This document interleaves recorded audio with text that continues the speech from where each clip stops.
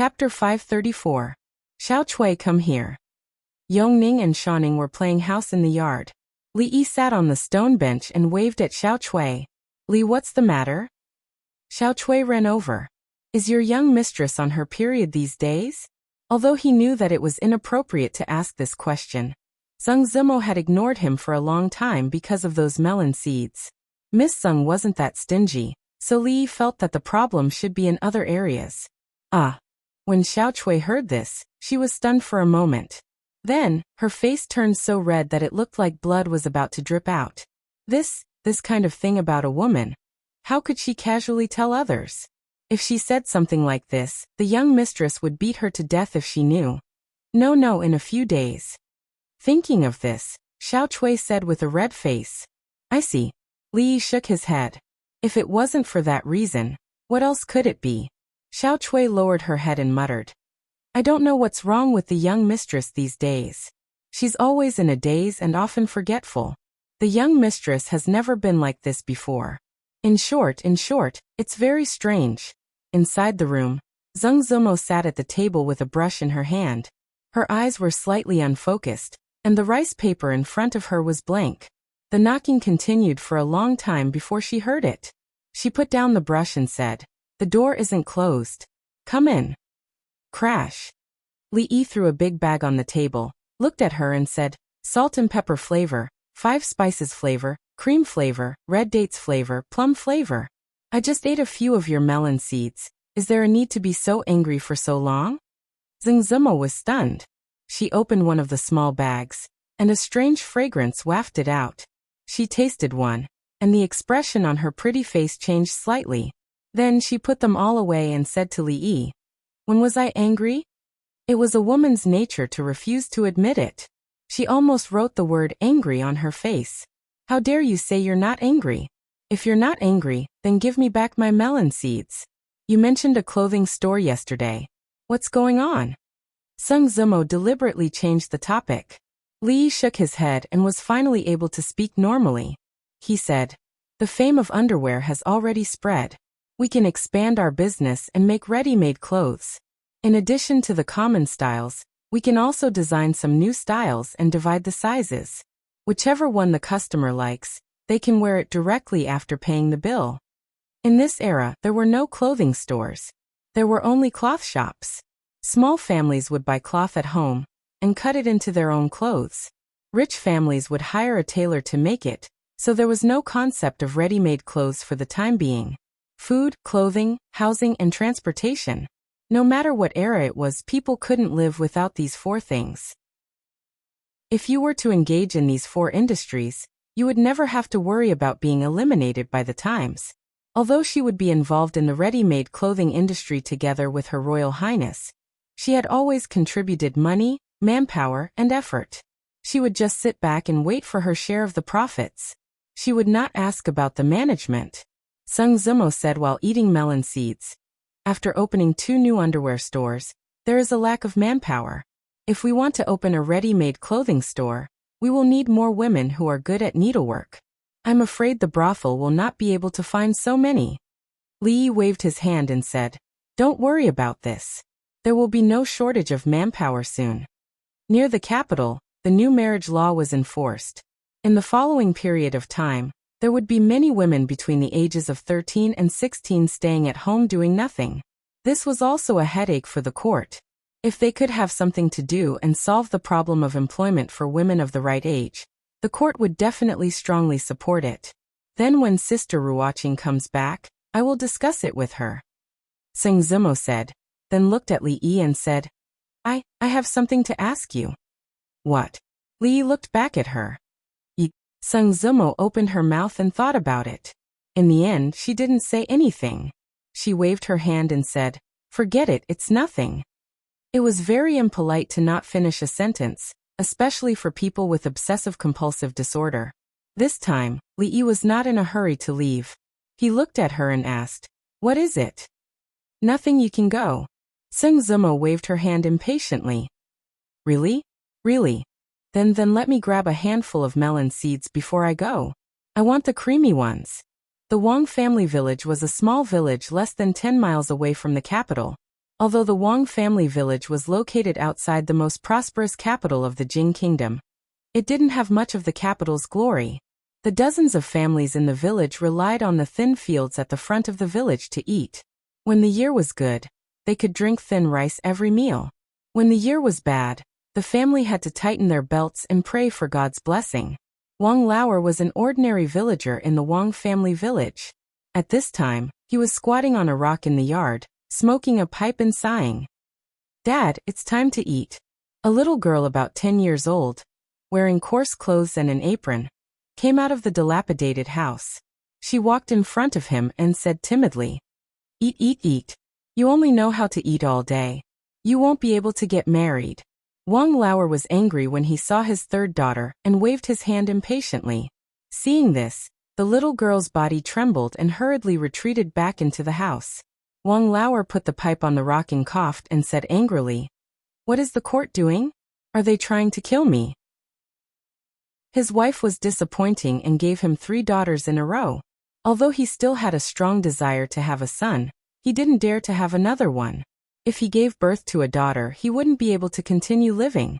Although they were daughters, they were also his children. Although they were often beaten and scolded, they had been living in poverty for more than 10 years, and they had grown up one by one. His eldest daughter was 14 years old, and had just been engaged. The second daughter was 13 years old, and was also at the age to get married. He thought that if his 2 daughters got married, there would be 2 mouths to feed at home, and he would have betrothal gifts from 2 families, so he could live a better life. However, he didn't expect that his eldest daughter would get married in a month. The court suddenly issued an order that women couldn't get married before they were 16 years old. This delayed the 2 children all of a sudden. Wang Lauer suddenly felt a lot of pressure and couldn't live anymore. King Court. They don't let people live. Wang Lauer scolded angrily. A middle-aged woman poked her head out of the house and said, "Keep your voice down. If someone hears you, you'll be punished." It would have been better if she hadn't said it. As soon as this matter was brought up, Wang Lauer became even angrier. He jumped down from the rock and scolded, "What's going on? They're allowed to have children, but I'm not allowed to talk about it. I just want to talk about it. This King Court.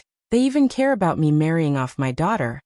Wang Lauer, who are you calling King dog? Following this voice, an official dressed in black walked in from outside.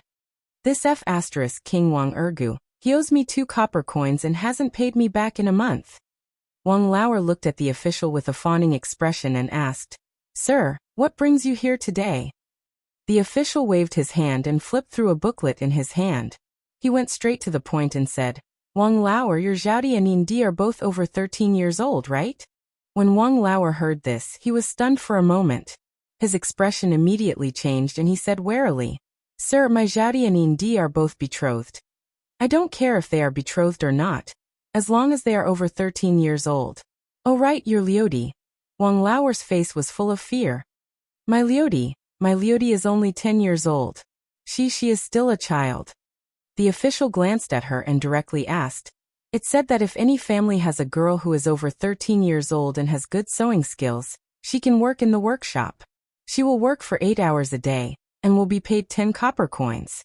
Will your family's Zhaodi and Indi go?" No. Wang Lauer shook his head repeatedly. How could he believe the official's nonsense? 10 copper coins for 8 hours a day? He couldn't even earn that much even if he worked 16 hours a day. Was he trying to trick his own daughter? "All right, then I'll remember it." The official waved his hand and turned to leave. Wang Lauer was stunned when he heard this. He left just like that and didn't want to force him? What if he scared him a little more and he agreed? Dad. A figure hurriedly ran in from outside.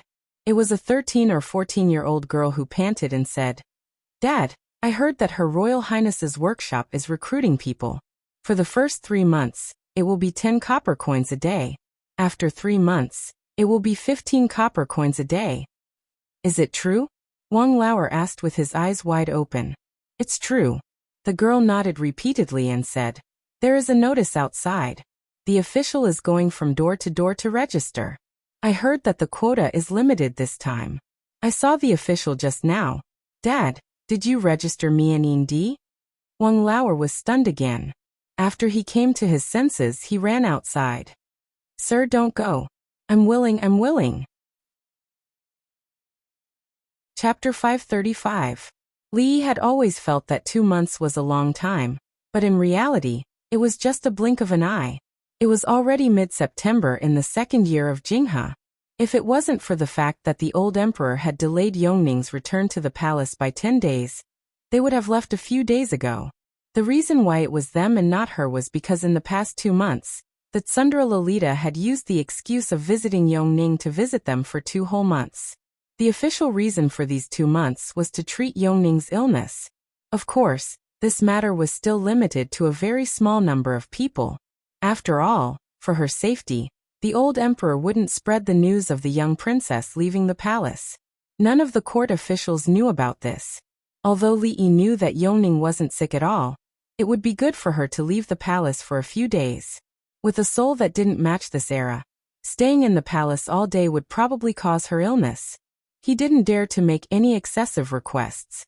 In the future, he would take her out of the palace for half a course of treatment every month for 3 to 5 days. The old emperor wouldn't likely refuse. In these 2 months, it took a lot of effort to finally make her understand what she could say and what she couldn't. Although most people treated her words as the nonsense of a child, when she grew up in a few years and was heard by someone with ulterior motives, there would be some trouble. Drunken Moon Restaurant, I'm hungry. Let's go eat here. The proud Lolita didn't want to shop anymore. When they walked to a certain restaurant, she pulled on Li Yi's arm and kept shaking it. Li Yi raised his eyebrows and said, "Didn't you want to eat braised prawns today? We don't have it here." Let's eat here first. We'll eat something else when we get back." The proud Lolita, who was good at accounting, would never suffer a loss. Although she said that she would eat a lot of delicious food when they got back, that was a matter for when they got back. It didn't conflict with what they ate now. Li looked at Yongning and saw her nod. He waved his hand helplessly and said, "Then let's go in. I'll go buy something over there. You guys go in first." Sung Zimo said to them and took Xiao Chui to a shop in front of them. It was the Golden Jade Pavilion, a place that sold jewelry. Yongning was sticking to him more than she was sticking to him, and this caused Li Yi to feel rather depressed. Could it be that young girls are naturally easier to get close to? Of course, he was only slightly depressed, and he hoped that Yongning would be able to find more sustenance here. Find a quiet room. It's best if it's near the window. Li looked at him and said as soon as he walked in. A waiter came out to welcome him with a smile. "Sir, have you made a reservation?" The waiter asked with a smile. "What's wrong? Is it a full house today?" Li looked around. Although it was mealtime, there weren't many people eating here. There shouldn't be no room. "Sir, there is something you don't know. Guests that come to the Drunken Moon Inn must make a reservation in advance. This is the rule of the Drunken Moon Inn," the waiter patiently explained. Li looked at the old man behind him. This kind of thing should be a piece of cake for them. The old man nodded and walked to the front. Not long after, the waiter wiped the sweat on his forehead, and the smile on his face became even brighter. "Sir, please go upstairs." Although he was just a small waiter in the Drunken Moon Inn, he had received many nobles on a daily basis, so he naturally had some experience. Although these people still didn't reveal their identity, the old man gave off a very scary feeling. The most important thing was that sign. In short, these people probably couldn't be easily offended. Making a reservation in advance was the rule of the Drunken Moon Inn. Rules were made to be broken. Rules for ordinary people were not suitable for some people. On the way upstairs, the gray-clothed old man frowned and asked, "Why not the Sky Room one?" The waiter wiped his cold sweat and said carefully, "Sir, unfortunately, the Sky Room one was booked by a group of nobles today." Okay, as long as there's food." People who came from the palace had a lot of problems. Li Yi waved his hand. This kind of mysterious sense of superiority, other than the palace, couldn't be cultivated in ordinary places.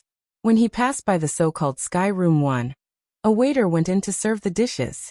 Li Yi casually glanced over and saw that there were quite a lot of people in the room. There was even a woman singing. She really knew how to enjoy herself. He wasn't interested in the so-called nobles there, so he turned his gaze away and was led by the waiter to a room next door. The standard of this drunken moon inn was not low, even in the capital. The private room was extremely spacious, and even the surrounding walls were hung with paintings and calligraphy. Li only needed to glance at them to know that the value of these things was not low. Of course, the most representative of the standards was the price of the dishes here. A plate of tofu for 3 taels of silver, a huge profit. This was no different from robbing people. Could it be that their tofu was colorful? The price of this plate of tofu was enough to cover the annual expenses of a relatively well-off family. Not to mention ordinary people, without tens of thousands of taels of silver, they wouldn't even dare to order a plate of tofu here. Only those rich people who wanted to show off their status, at least for Li Yi. Although he wasn't short of money, he wouldn't waste it like this. Of course, if the money was reimbursed by the palace, it would be a different story. When the arrogant Lolita and Yongning were discussing what to eat, Li took a sip of tea and thought about something else. Since the academy was still under construction, it would take a long time. In the next period of time he might be completely free, but he wouldn't be free for long, because the hero competition was about to begin. Downstairs in the Drunken Moon Inn, Sung Zimo and Xiao Chui walked in. Xiao Chui pouted and said, "Bing Ning and Cinny are leaving so soon. I'm a bit reluctant." Sung Zimo only smiled. She naturally liked the 2 innocent and cute girls. However, judging from their dressing and daily behavior, both of them had received orthodox education. Especially the girl named Li Bingning. Her family background was most likely not low. She had learned etiquette at home when she was a child, so she was a little more sensitive to these things. What's more, a few days ago, the 2 little girls each gave her a bracelet, and the other gave her a hairpin. None of them were ordinary items, and they looked expensive. How could an ordinary person take them out? Although she didn't know their specific identity, she could guess a little. How could the daughters of such a big family be fostered in someone else's house for a long time? A few days ago, she ordered 2 bracelets from the Golden Jade Pavilion. In terms of value, it might not be comparable to the things they gave, but as a parting gift it wouldn't look shabby. Seeing that there were guests coming in, a waiter immediately went to greet them. Xiao Chui described a few words to them, and the waiter immediately stretched out his hand respectfully. "2 ladies, please go upstairs. The person you are looking for is in the 2nd sky room." The 2 of them walked up the stairs, and at this moment, a young man walked out of the 1st room. When he saw the waiter walking toward him, he cursed. "Why haven't you served the 2 pots of 1000-day drunken wine yet? Why are you wasting your time looking for them?" Halfway through his words, he looked at the 2 girls behind the waiter, and his expression was slightly startled. A puzzled expression appeared on his face, and he scratched his head, as if he remembered something, and immediately exclaimed, "It's you." Chapter 536.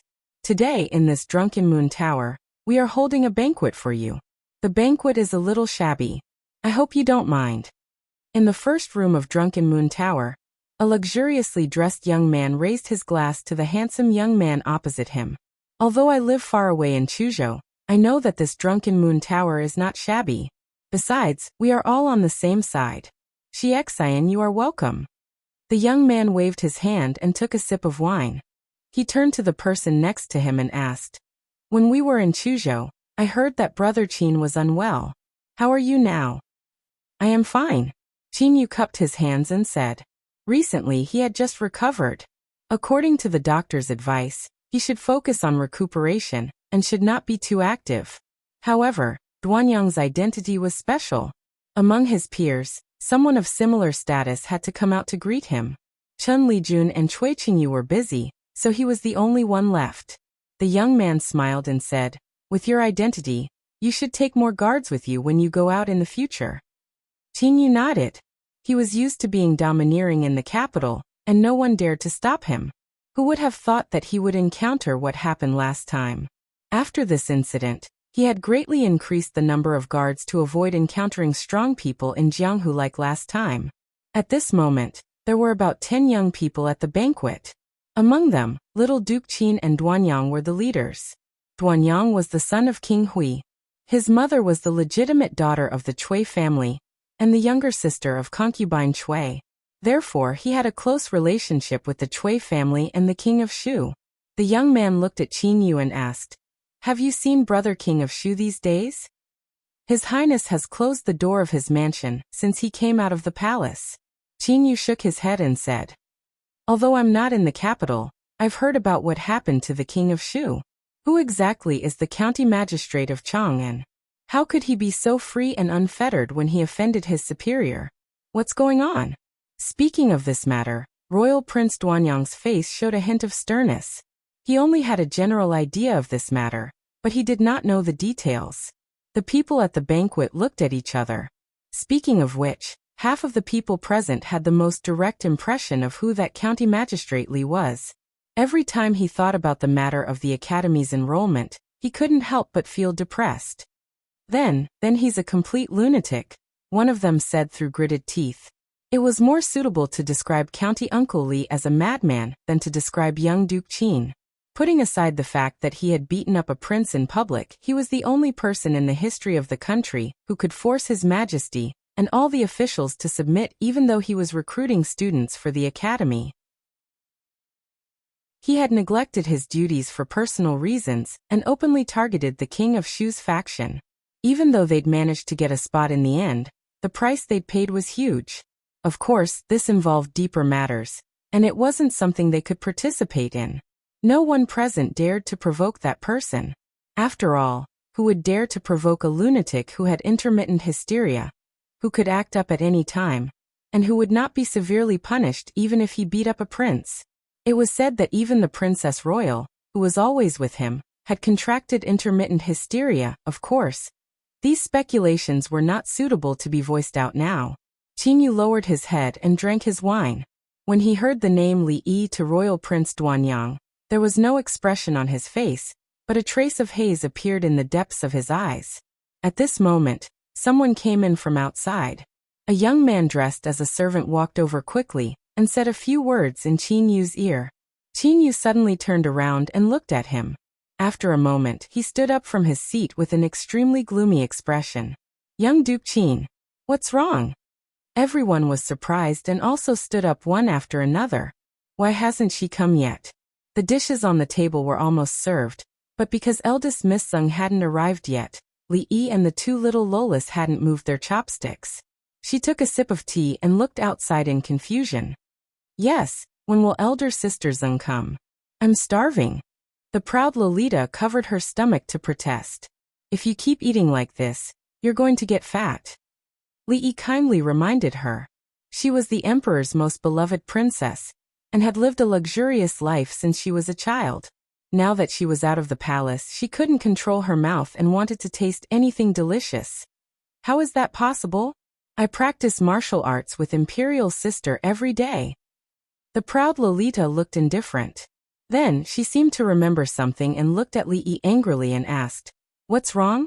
If I get fat you won't want me anymore? I'm telling you, stop, stop, stop." Li Yi had a headache and hurriedly waved his hand. "Don't say such things in front of your imperial father and imperial mother." The unconvinced proud Lolita wanted to say something more, but the door was suddenly pushed open. Zheng Zima walked in with a flustered expression and said, "Quick, let's go." The proud Lolita and Yong Ning were the first to be pulled up by her, and quickly walked out of the door. Li Yi also stood up curiously. The proud Lolita shouted as she walked out of the door, "Hey, don't go. We haven't eaten a bite yet. There's still a beggar's chicken not served." The gray-robed elder standing at the door stopped the woman who was holding the two princesses. From the room on the side, a figure walked out. Then 2, 3, and more than 10 people walked out.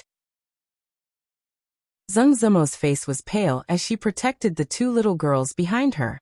Xiao Chui stood beside her. When she saw the man walking in front of the crowd, there was no trace of blood on her pretty face. "It's over," she thought in her heart. "They are." Royal Prince Duanyang looked at the woman in front of him, and a trace of amazement flashed through his eyes. However, if it was only because he liked this woman, Qin Yu shouldn't have such a big reaction. After all, it was well known that his hobbies were different from others. Qin Yu covered his chest with one hand. It seemed that he felt pain again, but more shame. A trace of mockery appeared at the corner of his mouth, and he said, Two ladies, what a coincidence. Zheng Zimo pushed the two little girls behind her, and her heart completely sank. Young Duke Qin. She didn't expect that there would be a day when she would see him again, and on such an occasion. That day, she and Xiao Chui disguised themselves as men and hurriedly escaped from the scene. After finding Wan watching, they changed into women's clothes. Later, she learned that young Duke Qin was beaten in the street. The matter was very big, and the whole city was searching for the perpetrator. At that time, she was actually also nervous. It was not until later, when the matter gradually subsided, that she and Xiao Chui were relieved. However, she never thought that she would be recognized like this today. Thinking of the other party's power and background, her body trembled, and she couldn't help but take a step back. After that, she felt a hand patting her shoulder. Li Yi walked out of the room, and when the mocking smile on Qin Yu's face froze, he spoke with a smile. Yes, it's really a coincidence. Young Duke Qin. Crash. At the same time that Li Yi took a step forward, several people on the opposite side couldn't help but take a step back. Li Yi, County Uncle Li, who had long been famous in the capital, was likely to go crazy and kill people on the spot. Who didn't know him? Who wasn't afraid? Who is he? Royal Prince Duanyang looked around, and a trace of surprise appeared on his face as he asked. He is Li Yi, someone said with a complicated expression. County Uncle of Chang and Li Yi. Chapter 537. It's really a coincidence. Qin Yu said after a while, and the expression on his face had returned to indifference. Young master, this beggar's chicken. Shall we take it in? A waiter of the Zuiyu Tower stood at the stairway, looked at the scene in front of him, and said in a trembling voice, Take it in, we have paid for it. The proud Lolita had been thinking about the chicken for a long time, and immediately urged. Xiaozui's face was full of fear, and she was about to cry. Young lady, what time is it? Why are you still thinking about the beggar's chicken? They can't even leave. Young Duke Qin, if there is no other urgent matter, we will go in. Li Yi pointed to the inside of the room and said, The dishes will be cold later. Qin Yu took a deep breath, glanced at the strange little girl, and said with a smile, Uncle Li, please help yourself, but these two girls can't leave. Li Yi looked at him in astonishment and asked, Why is this so? In broad daylight, with the heaven and earth bright and clear, could it be that young Duke Qin wants to put on a good show of forcefully snatching a girl from a good family? When Li Yi spoke, he deliberately emphasized the word again. The smile on Qin Yu's face froze, and then his chest began to rise and fall slightly. The rest of the people looked at him. Motherf *Ker, it's just a slap in the face. Young Duke Qin was beaten and seriously injured by a passing Jianghu swordsman because he molested a good girl in the street, and he had to rest at home for several months. It could be said that he had lost his face completely. When people mentioned this matter, they would only say that he was injured by a villain, and no one dared to mention molesting a good girl. This Uncle Li was really good at slapping people's faces and cursing people's shortcomings. Last time in the Imperial Palace, he slapped young Duke Qin fiercely twice, and now this sentence was no less than a slap in the face, which was a double blow to his spirit and body. There were rumors among the people that this Uncle Li was worthy of being the nemesis of young Duke Qin. You can eat whatever you want, but you can't say whatever you want. County Uncle Li, be careful with your words. When Qin Yu spoke again, he didn't hide the anger in his eyes. If it were someone else, he would have already sent out his guards to vent the anger that had accumulated in his heart for the past few months. However, at this moment, he was just angry. After all, although he had the title of Madman Qin, the person in front of him was a real madman. He didn't have to take responsibility for beating people, and he was a madman with the certificate of the Imperial Physician Bureau. Hey young Duke Qin, don't be modest. Li Yi reached out and patted him on the shoulder. Then he turned to Zheng Zimo and said, Let's go. We've been out for a long time. The food is cold. Zheng Zimo bit his teeth and said, You guys go in first. They won't do anything to us. She knew what kind of impact the previous incident would have. The government defined it as an assassination. If the swordsman was caught, the consequences would be unimaginable. However, she and Xiao Chui were also victims. Even if they really went to the government, they could explain it clearly. There was a prime minister in Qin's mansion, who also had extraordinary power in the court. She didn't want to get Li Yi involved. Li Yi didn't rush in this time. He looked at her and asked, "How do you know him?" Xiao Chui said with some grievance, "Yes, last time when Miss and I just came to the capital, they insisted that Miss and I go with them. A passing swordsman couldn't stand it, so he beat him hard. So those two women are you?" It was also the first time that Li Yi had heard of this matter, and his tone was a little surprised. It was really true that people who were not a family would not enter the house. This young Duke Qin and him were opposite of each other. Seeing that young Duke Qin was obviously no match for County Magistrate Li, a young man immediately stood out and said, "Li, Supervisor Li, these two women are involved in the case of the assassination of young Duke Qin. We have sent someone to inform the government, and there will be an official coming soon. Is Supervisor Li going to protect them?" "You are?" Li Yi looked at him and asked. The young man said, "I am Li Jianren." "Oh, from the family of Assistant Minister Li of the Ministry of Works?" Li Yi still had some impression of this name. After all, there weren't many people who could come up with such a fresh and refined name. It was high-end and classy. "Yes." Li Jianren cupped his hands, but he was depressed in his heart. In this kind of occasion, it was not suitable for him to stand out. After all, he still had to study at the mathematics college in the future. If he offended the supervisor before he officially enrolled, would he have a good life in the future? Not bad, I will remember you." Li nodded and said, "Then there is no hurry. Let's wait for the official to come first." He looked back at Zheng Zimo and said, "What are you waiting for? Go in and eat. It cost a lot of money." When he was about to go in, he looked back at Qin Yu and asked seriously, "Is it necessary?" "It is," Qin Yu said with a smile. Li Yi nodded, turned around, and closed the door. Watching them walk back into the room and close the door, Prince Duanyang was already full of anger. Arrogant, simply too arrogant. Although he was far away in Chuzhou and was not very familiar with the affairs of the capital, he did not expect that a small county uncle would dare to be so presumptuous in front of him and young Duke Qin. Li Jianren and Cui Shixin and the others shook their heads. This was arrogance? Royal Prince Duanyang seemed to have underestimated County Uncle Li too much.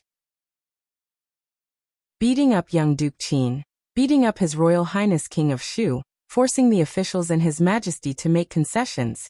Everything he did could not be described as arrogant. Prince Duanyang was angry and kicked the door of the private room, but was stopped by Qin Yu. "Wait." Qin Yu only said this one word. He had dealt with Li Yi more than once, so naturally he would not look down on him. It was not suitable for him and Prince Duanyang to intervene in this matter. If the government directly intervened, it would be official business. Even if Li Yi was favored by the emperor, could he reach into the government of the capital? But the Qin family could. Although Chun Yu of the Chun family was no longer the capital magistrate, and some things did become troublesome, at least half of the people present did not care about a small capital magistrate. The Jingdo magistrate Lu Dayo also knew that in the eyes of those famous wastrels in Jingdo, he, the Jingdo magistrate, was nothing and would be held back in every way. In his heart, he cursed the little Duke Qin. What's the use of finding those two women? If you have the ability, go and find that hero who beat you up. You failed to flirt with an innocent woman and got beaten up instead. You've lost all your face, and you still dare to come out and make a fool of yourself. Now you seem to want to do something to those two innocent women. Do you really think that you own the government? However, he could not ignore this matter, and even had to go in person. After all, he could not afford to offend any of those people. Hurry up. County Magistrate Lu opened the curtain and urged the sedan bearers. Drunken Moon Tower, room number 2. Outside the door, there were several people watching vigilantly to prevent the people inside from slipping away. Inside the room, the arrogant Lolita ate without caring about her image.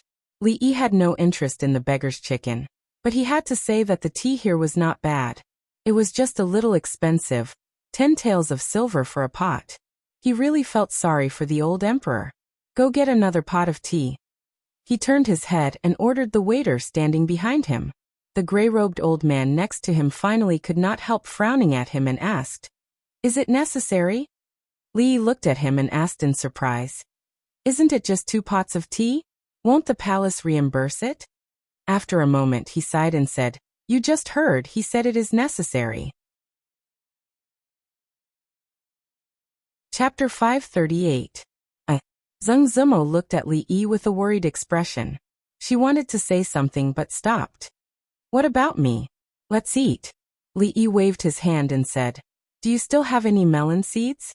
I still want the cream flavor." Zheng Zimo took out a small embroidered bag from her waist and said, "There's no cream flavor left. There's only 5 cents left." "Forget it, it's still edible." Li Yi nodded, then looked at the 2 brocade boxes she placed on the table and asked, "What are these?" "A gift for Bing Ning and Xine." Perhaps Li Yi's calmness infected her. Zheng Zimo relaxed a little and said, "What? What gift?" Hearing the gift, the proud lowly put down the drumstick and wiped her mouth with a handkerchief. "It's not something expensive. Open it and see if you like it." Zheng Zimo handed over the box and said with a smile, "Well, there's a gift." The proud Lolita still had the temperament of a young girl. She couldn't wait to take the brocade boxes. The 2 brocade boxes had her and Yong Ning's names written on them.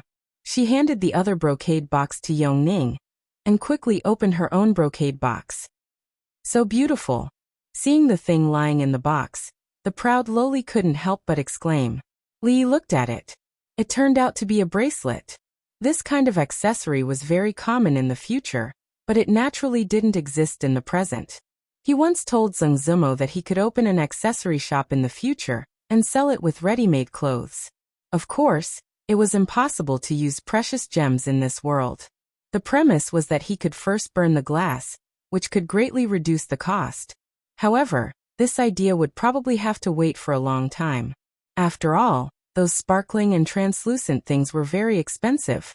Even if ordinary glass was sold at the price of gemstones, there would still be countless people fighting to buy it. The profit was unimaginable, even far exceeding that of perfume and spirits. However, it was not suitable to take it out too early. The thing on these 2 bracelets was naturally not glass, but it could also be regarded as jewelry. However, with Zheng Zimo's current wealth, she could easily buy it. And this strangely shaped bracelet should have been personally designed by her. Although the proud Lolita lived in the palace and had seen countless jewelry, it was impossible for her to have seen this kind. "Thank you, Sister Zheng." After the proud lowly came back to her senses, she smiled sweetly at Zheng Zimo. After thinking for a moment, she picked up the other drumstick in her bowl for Zheng Zimo. "Thank you, big sister." Yong Ning was not as excited as her sister, but she still looked very happy. Zheng Zimo looked at the 2 of them, then looked outside the door and said worriedly, Li put a piece of tofu in her bowl and said, "Don't worry, people who disturb other people's meals usually don't have a good ending. Hurry up and eat, it's really going to get cold." Xiao Chui was on the verge of tears. The people outside were all fiendish, and it was obvious that they were not good people. They were about to call the officials, so how could the young miss and Lily still eat? With tears in her eyes, she picked up a piece of tofu. "Aya, this tofu is really delicious. No wonder it only costs 3 taels of silver. I have to have a good taste. This person is so bold and arrogant. I don't believe you can bear it until now." In another room, Duke Duanyang looked at Qin Yu and said. Qin Yu lowered his head and drank a cup of wine, without saying anything. With his character, he naturally would not let go of those who offended him so easily. However, on the surface, he could not do anything at all. These days, his grandfather was very strict with him. Most of the time, he was grounded at home or recuperated, but in fact he did a lot of things secretly. However, the first time he sent someone to follow him, he was beaten up and thrown into a deep alley. The second time, his leg was directly broken. After that, he sent out a martial arts master secretly recruited, but the result was the same. Now, the Qin's mansion had a lot of people with broken hands and feet. After that, he gave up the idea of secretly taking revenge. No matter how proud he was, he had to admit that he was helpless against Li Yi. Originally, after beating up the king of Shu, he entrusted this matter to the king of Shu. However, he did not expect that after the king of Shu came out of the palace, he became a good boy, reading at home all day or visiting some officials of the court. Until now, he had not seen the king of Shu. The humiliation he suffered on the street last time made him the laughingstock of the whole capital, which was still unforgettable. This time, when he met these two women again in the Drunken Moon Tower, he naturally would not let them go. However, with the intervention of Li Yi, he had to be careful. The best way was to borrow a knife. Borrowing a knife from the imperial court. As long as he insisted that the two women were related to the thief, the following things would naturally be logical. No matter how arrogant he was, someone would not forgive him for daring to interfere with the imperial court's investigation. At this time, the door was pushed open. A servant of the Qin's mansion came in and said, "Young master, Lord Lu is here." Qin Yu stood up from his seat and walked out of the door. He cupped his hands in obeisance to a person who had just walked up the stairs and said with a smile, "This time, I have caused trouble for Lord Lu." The current capital magistrate, Lu Dayo, did not belong to Prime Minister Qin. He used to work under the capital governor, Dong Wenyun, and Dong Wenyun's father-in-law was Prime Minister Shen, who had the same status as his grandfather. Therefore, although he looked down on this capital magistrate, he could not be too arrogant at this moment. "Young Duke Qin, you are too serious." County Magistrate Lu also cupped his hands in obeisance and said with a smile, "This is my duty. Young Duke Qin, you don't have to be so polite." Qin Yu smiled and pointed to the young man beside him and said, "This is Prince Duanyang." County Magistrate Lu was shocked. He did not expect that this matter would involve Prince Duanyang. This was an existence that he could not afford to offend. He hurriedly cupped his hands in obeisance and said, "Greetings, Prince Duanyang." The young man waved his hand and said, "Sir, you'd better get down to business first. The two people are in the room behind you." Hearing this, County Magistrate Lu immediately became a little vigilant. There was Royal Prince Duanyang, young Duke Qin, and all the other hedonistic young masters of the capital. Which one of them didn't have a heaven-defying background? Yet, they had gone out of their way to invite an official over. If someone said that there was no inside story to this matter, he wouldn't believe it even if they beat him to death. However, as the county magistrate, this was indeed his duty. At this time, he could only bite the bullet and do it. "Sir, do you want to break the door?" Seeing County Magistrate Lu pointing to the door, a yamen runner immediately asked. The more than 10 yamen runners who followed him here looked a little excited. They were working for these big shots. If they did it well, County Magistrate Lu would benefit a lot. Naturally, they would also benefit a lot. "Knock on the door." County Magistrate Lu glared at him and said, "A group of brainless things. If there was really something good, would these people let them come here?" It was obvious that there was trouble. Before the yamen runner had time to knock on the door opened from the inside. Li looked at County Magistrate Lu standing at the door and said in surprise, "Hey, County Magistrate Lu, why are you here? I haven't seen you for a long time." County Magistrate Lu was stunned for a moment, then his face immediately showed a happy expression and said, "Sir Li, how come it's you? I haven't seen you for a long time." County Magistrate Lu was full of gratitude for this former County Magistrate Li. If it were not for him, he was afraid that he would still be in the position of Anqi County Magistrate, waiting to retire. How could he sit in the position of the capital magistrate? His future was even brighter. He was afraid that in a few years or dozens of years, he would be able to sit in one of the highest positions. Seeing that the two people were standing at the door and chatting, Prince Duanyang was stunned. After being stunned for a while, Qin Yu's face gradually became gloomy. The rest of the people looked at County Magistrate Lu and were even more surprised. They had asked him to come here to arrest people. Who would have thought that County Magistrate Lu would actually chat with them? Chapter 539. Ahem, Lord Lu. Royal Prince Duanyang finally couldn't help opening his mouth. His tone was a little high and there was a bit of dissatisfaction in his voice. County Magistrate Lu just remembered why he knocked on the door. He looked at Li Yi, then looked at young Duke Qin, Royal Prince Duanyang, and the others. The person they wanted to arrest was actually related to Lord Li? This bunch of fellas truly harbored malicious intentions. This was the noble person in his life. Not only did he not want to offend him, but from other aspects, it was also very unwise to offend an important official who was favored by the emperor. Lord Lu, this is. Li looked at County Magistrate Lu and asked with a faint smile. This. County Magistrate Lu's heart was extremely tangled. It was so good to play with his concubine at home. Why did he have to run out and get involved in this muddy water? Wasn't he looking for trouble for himself? I want to eat this and this and this too. A clear voice came from the room. County Magistrate Lu's eyes inadvertently glanced at it, and could no longer move away.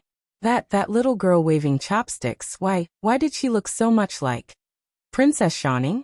Last time when he was summoned to the palace, he accidentally met Arresterly. No, it should be Princess Royal Highness. At that time, there was another person beside Princess Royal Highness. County Magistrate Lu vaguely remembered that the palace servants called her Princess Shining. Because of this, he looked at the little girl a few more times and had a deep memory. If the little girl in the room wore a palace dress, wouldn't she be Princess Shining? He looked back at the several bailiffs with weapons on their waists, only felt his lips dry, and couldn't help but swallow a mouthful of saliva. Lord Li. When he looked back at Li Yi again, his voice was a little trembling. Li Yi looked at him and said with a smile, "If Lord Lu is tired, go home and take a nap." "Thank you, Lord Li. I'm indeed a little tired. I'm leaving now. I'll visit you another day." After saying that, County Magistrate Lu hurriedly turned around and kicked the nearest runner's ass as he said angrily, "What are you still doing here? Go back." In the astonished and puzzled eyes of the crowd, several bailiffs were kicked on their butts and all of them were kicked down the stairs one by one. Even the figure of County Magistrate Lu soon disappeared from everyone's sight. "This Lu Dayo, what the hell is he doing?" Li Jianren said angrily, not expecting such a thing to happen. County Magistrate Lu came and returned. This dramatic scene stunned everyone for a long time.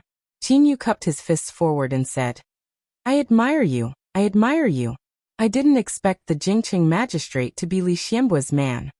Li Yi quickly shook his head and said, "You can eat whatever you want, but you can't say whatever you want. Young Duke Qin, you have to take responsibility for what you say." "Impudent." Prince Duanyang snorted coldly and said, "How dare you cover up a criminal and collude with an official of the imperial court?" What Duke Duanyang?" Li looked at Prince Duanyang and said, "I'm afraid that Duke Duanyang can't accuse me of this.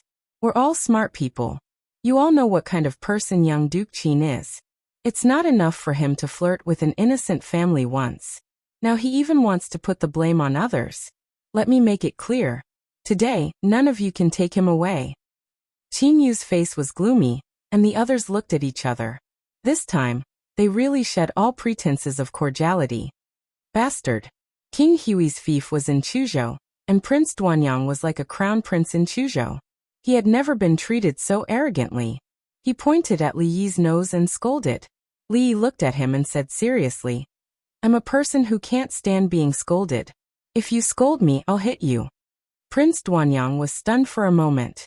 Instead of getting angry, he laughed. "Hit me? Do you have the guts?" Li Jianren took a step back, Cui Shixin took a step back, and Chen Lisan took a step back to avoid being affected. There used to be two people who had the same idea as Prince Duanyang. Among them, one was lying at home for 2 days, and the other was lying for 2 months. One was standing in front of them now, and the other was still in the prince's mansion. In terms of status, which one of them was inferior to Prince Duanyang? "Guards!"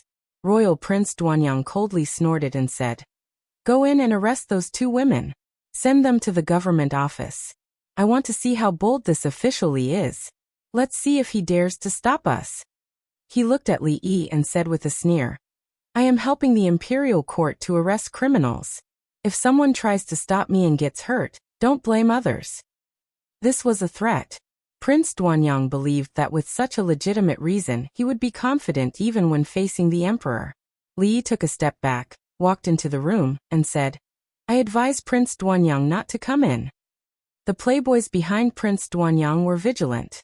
Although they said so, from their expressions, they all hoped that Prince Duanyang would go in.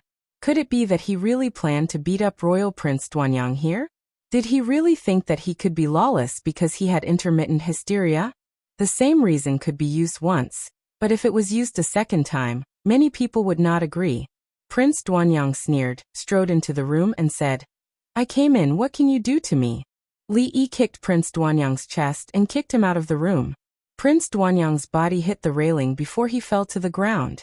He clutched his chest, and his facial features twisted together. He stretched out a hand with difficulty, pointed at Li Yi, and said, "I take him down." A few armed men rushed into the room and surrounded Li Yi. From the way he had easily kicked the regional king out of the room, they could tell that he had some skills. The few of them placed their hands on the hilts of their swords. Clutching his chest, Royal Prince Duanyang pushed through the crowd and walked in with a gloomy expression. He pulled out a long saber from the waist of a guard and coldly said, "Harboring a criminal and attempting to assassinate a royal prince. This prince will now bring people to arrest you. If you dare to resist again, don't blame this prince." Qin Yu's expression was as calm as an ancient well. He calmly looked at Li Yi. He was as bold as ever. At this moment, Royal Prince Duanyang had been dragged into this. Not only would he not be able to protect the two women, but he would also be in a lot of trouble. Zheng Zimo ran over from behind with a pale face. She did not expect things to develop like this. She was about to speak, but she saw Li Yi wave his hand and said to Prince Duanyang, "Swords have no eyes. Prince Duanyang should be careful. Fighting and killing is not good. Can't you just sit down and talk?" Talk. Prince Duanyang's chest rose and fell, and his breathing was rapid.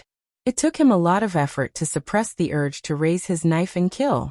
Li Yi sighed, pointed at Prince Duanyang, who was holding a knife, and the aggressive people next to him, and said to the gray-robed old man, "Protect him." The old man nodded and opened a window behind him. Prince Duanyang's expression froze, and he suspected that he had heard wrong. Qin Yu's expression changed slightly, and he raised his head to look at Li Yi. Seeing that his expression was still calm, he did not know why, but the feeling in his heart that something bad was about to happen became stronger. What did he just say? Behind them, Cui Shixin asked in confusion. "Go home." Li Jianren thought for a moment and said, "Go home?" Cui Shixin shook his head. Things had already come to this. Did he think he could still leave? Chapter 540. Haha, I'd like to see where you can go. Prince Duanyang sneered with a trace of sarcasm on his face. However, this trace of sarcasm soon turned into doubt, and he turned to look downstairs. Rumble. An unusually orderly sound of footsteps suddenly rang in their ears. Looking down the stairs, they saw that the shopkeeper and waiters of the restaurant, as well as the guests downstairs, were all squatting on the ground with their hands over their heads. A group of armored guards filed in through the door. The arrows in the hands of more than 10 soldiers in the front row were already aimed at them. The sharpness of the arrowheads was chilling. Imperial guards. What's going on? Why are the Imperial guards here? The more than 10 playboys were immediately scared out of their wits. The Imperial guards were the Emperor's guards. Their duty was to guard the palace and protect the Emperor. Every time the Imperial guards appeared, they represented the Emperor's will. Who dared to move at this time? The people upstairs, put down your weapons. A man who looked like a general walked out from the back and looked at them coldly. Clang. Royal Prince Duanyang turned around to look at this scene. His forehead was covered with cold sweat, and the saber in his hand fell to the ground. He was terrified, but he still didn't know what was going on. Why were the palace guards here? The few servants who were holding weapons naturally squatted on the ground with their hands over their heads. Not to mention them, if they disobeyed, these Imperial guards even had the power to shoot Prince Duanyang on the spot. Who were they? In the next moment, countless figures appeared in the restaurant. A group of Imperial guards came up the stairs, including Qin Yu. A dozen or so hedonistic young masters leaned against the wall. Cold arrows were pointed at them, and they didn't even dare to breathe loudly. "I came late to the rescue.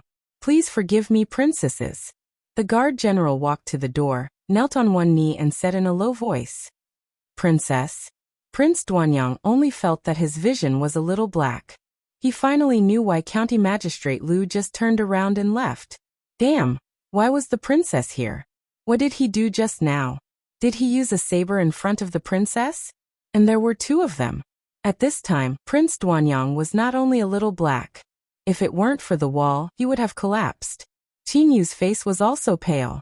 Who would have thought that someone as noble as the princess would actually eat in such a restaurant?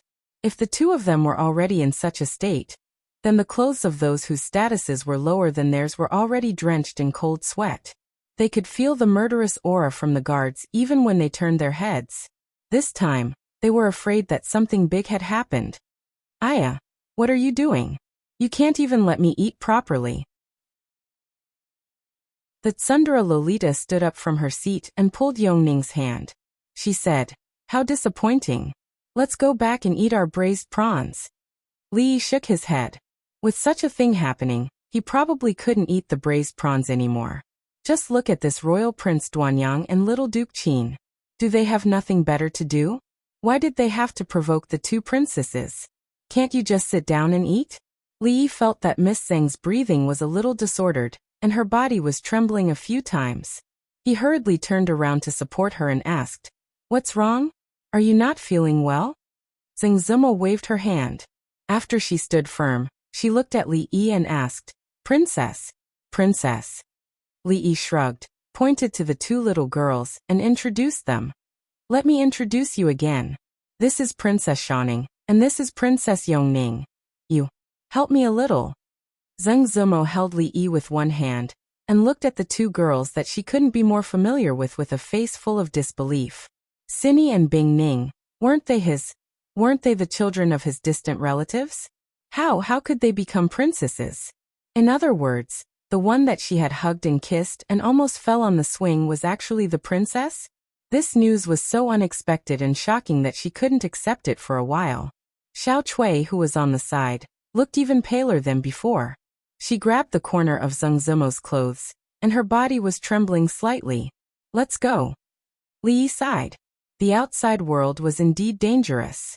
A good meal could end up like this. This time, he probably wouldn't even be able to go home.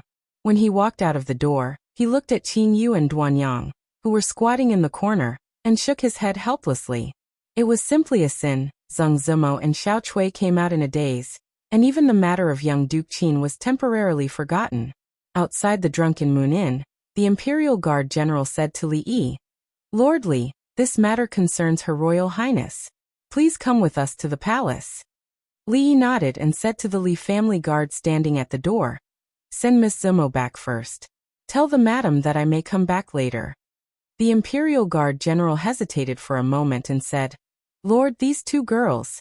Li Yi waved his hand and said, "This matter has nothing to do with them. Let's forget it." The Imperial Guard General looked at the gray-robed old man beside him. Seeing him nod, he didn't speak anymore. Zheng Zimo's mind was a bit chaotic at the moment. She really should go back and think about it.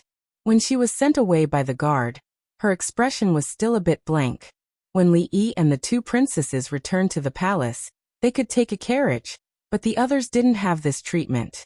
The distinguished young Duke Qin, Duanyang, and more than 10 famous playboys in the capital were escorted by the imperial guards through the streets and alleys. It could be said that they were in the limelight. Since it concerned the two princesses, it naturally couldn't be treated lightly. The imperial guards had already entered the palace to report to the emperor. At the same time, news was also spread to some of the noble families in the capital. In the Ministry of Revenue, an assistant minister with the surname Zheng had just come out from the minister's office with a slightly excited expression on his face. Some of the news that the minister had just informed him made him feel quite proud.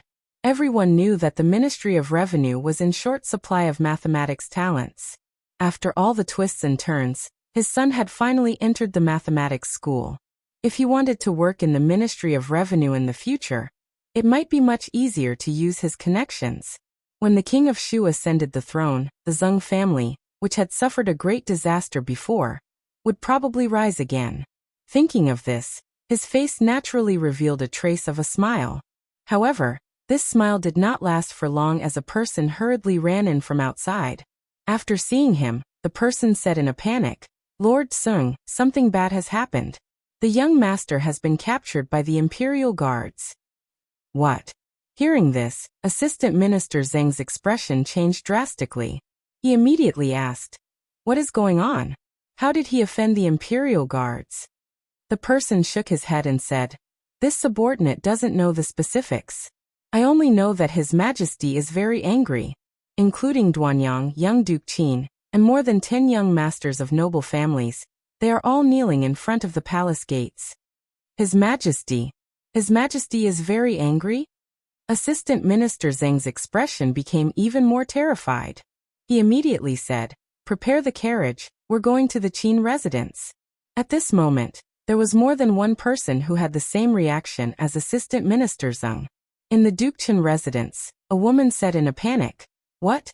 Li Sun has been captured? Master, you have to save Li Sun." Chen Chang's expression was gloomy. After a moment, he strode out of the residence. "Prepare the carriage, I want to enter the palace." In the Qin residence, Minister Qin frowned as he looked at the panicking Assistant Minister Zheng. However, he didn't know what exactly had happened. Not long after, a carriage drove out of the Qin residence and headed in the direction of the palace gates. More than 100 imperial guards escorting more than 10 hedonistic sons through the streets was a shocking scene. The commoners of the capital had never seen such a scene in their entire lives. Within an hour, all sorts of rumors had spread throughout the capital. At the same time, many of the wealthy families and officials' residences were in an even greater uproar. Chapter 541. In the Hall of Diligent Government, Li looked up at Emperor Jing and said helplessly, "Your Majesty, if you look at me like that, I will be embarrassed." Emperor Jing raised his eyebrows and said angrily, "You will be embarrassed?" His words were a bit too much. It was human nature to be embarrassed. Unless one's skin was thick to a certain extent, everyone would have this kind of feeling. Was the old emperor scolding him in a roundabout way? What a heartless guy. Over the past year, he had helped him a lot. Not to mention the matter of Tianfa. When the people of the Qi kingdom came from far away to humiliate the Jing kingdom, who helped the old emperor to save the face of the Jing kingdom when the Jing kingdom was at a disadvantage. When there was a shortage of mathematicians in the kingdom of Jing, who had spared no effort and stayed up all night to compile teaching materials, who had spared no effort to cultivate a group of qualified mathematicians. Had they reaped any benefits from this? Besides, when his eldest daughter was besieged by the courtiers, who tried all kinds of ways to help her solve those troubles, and recruited a large number of younger brothers, younger sisters, even his 2 youngest daughters, he had accompanied them for 2 months and played with them. One of them even wanted to rely on him for a lifetime. Was it easy for him? The royal family was a group of ungrateful wolves. Li used his own experience to prove that this sentence was correct. "Isn't this a trap you set for them?" Emperor Jing stood up and looked at him and asked. Li Yi was stunned and said, "I have no grudge against them. Why would I harm them?" "No grudge?" Emperor Jing was stunned and said, "You said no grudge." Li Yi thought for a while, and it seemed that there were some grudges. However, how long had he been in the capital? How many enemies could he have made? It was nothing more than the king of Shu, the Cui family, the Chen family, the Qin family, Assistant Minister Li of the Ministry of Works, Assistant Minister Zheng of the Ministry of Revenue, the Ministry of Rights. There were only dozens of people recorded in the small notebook. Was it a lot? The reason why he had offended these people was because he wanted to help the old emperor, but now, he was blaming himself instead. He was an ingrate. Li Yi said with some grievance, "Your Majesty, you can go and ask. I just took the 2 princesses out for a meal today. I didn't provoke anyone, but I encountered such a thing. I'm also very helpless." Jingdi looked back at the gray-clothed old man in the corner. The old man nodded helplessly. This time, it was really not County Magistrate Li's fault. The princess left the palace secretly, so she couldn't easily reveal her identity. In addition to hiding the princess's identity, County Uncle Li was really bullied by others this time. This minister of offerings in the palace would naturally not lie to him. Emperor Jing looked at Li Yi with a puzzled expression. Was it really not him who was causing trouble this time? He was indeed a little depressed just now. The two princesses leaving the palace had been hidden from all the courtiers. After this incident, he was afraid that this matter could not be hidden anymore. There would be many people making a big fuss about this matter. He was afraid that he would have a headache for a while. At this moment, seeing Li Yi's expression, he had some doubts about his guess, but he also felt a little guilty. Forget it, forget it. You can go. In order to cover up the embarrassment, Jingdi waved his hand and said, I'll leave. Li Yi sighed and turned to walk out of the hall. His back looked bleak and lonely, which made Jingdi feel a little more guilty. The gray-clothed old man behind him respectfully asked, Your Majesty, Prince Duanyang and young Duke Qin. Jingdi's face turned cold and said coldly, They offended the princess. Let them kneel first. 10 hours later, each of them will be punished with 40 floggings. Let the palace guards execute it. When Li Yi walked out of the palace gate with his hands behind his back, he looked to the side with interest. More than a dozen people were facing the palace wall and kneeling uniformly. It was a different scene. Unfortunately, it was already autumn. If it was 3 months ago, when the summer was the hottest, they would not kneel much. They would just kneel here for 4 hours, and then they could ask someone to collect the corpses. What a pity, what a pity. He sighed. In the distance, Feng was already sitting in the carriage waiting for him. The weather was not hot, but the foreheads of Prince Duanyang, young Duke Qin, and other playboys were full of sweat. No one thought that there were 2 princesses sitting in that room. If they had known, they would not have dared to use a knife in front of the little princess even if they had 10 more guts. Just now, their lord had been here, and was now in the palace asking to see the emperor. This time, it was impossible to kill them, but they were afraid that they would lose a layer of skin. Thinking of County Early, who had been calm from the beginning to the end, everyone could not help but gnash their teeth with hatred. He simply dug a pit in advance, waiting for them to jump into it. From the first time he met young Duke Qin, he had been guiding them step by step. Later, he attacked Prince Duanyang and deliberately angered him. It must be his plan. After sorting out this matter in their hearts, everyone was secretly shocked. This seemingly harmless County Early was really too sinister. After this matter, more than half of the people present listed him as a person who could never be offended in this life. At this time, in the Hall of Diligent Government, a large number of people knelt down. I failed to teach my son well, and offended the princess. Please punish me, Your Majesty.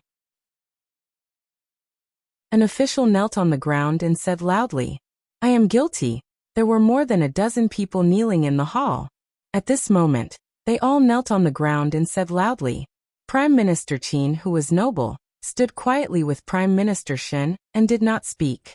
You have taught a group of good sons.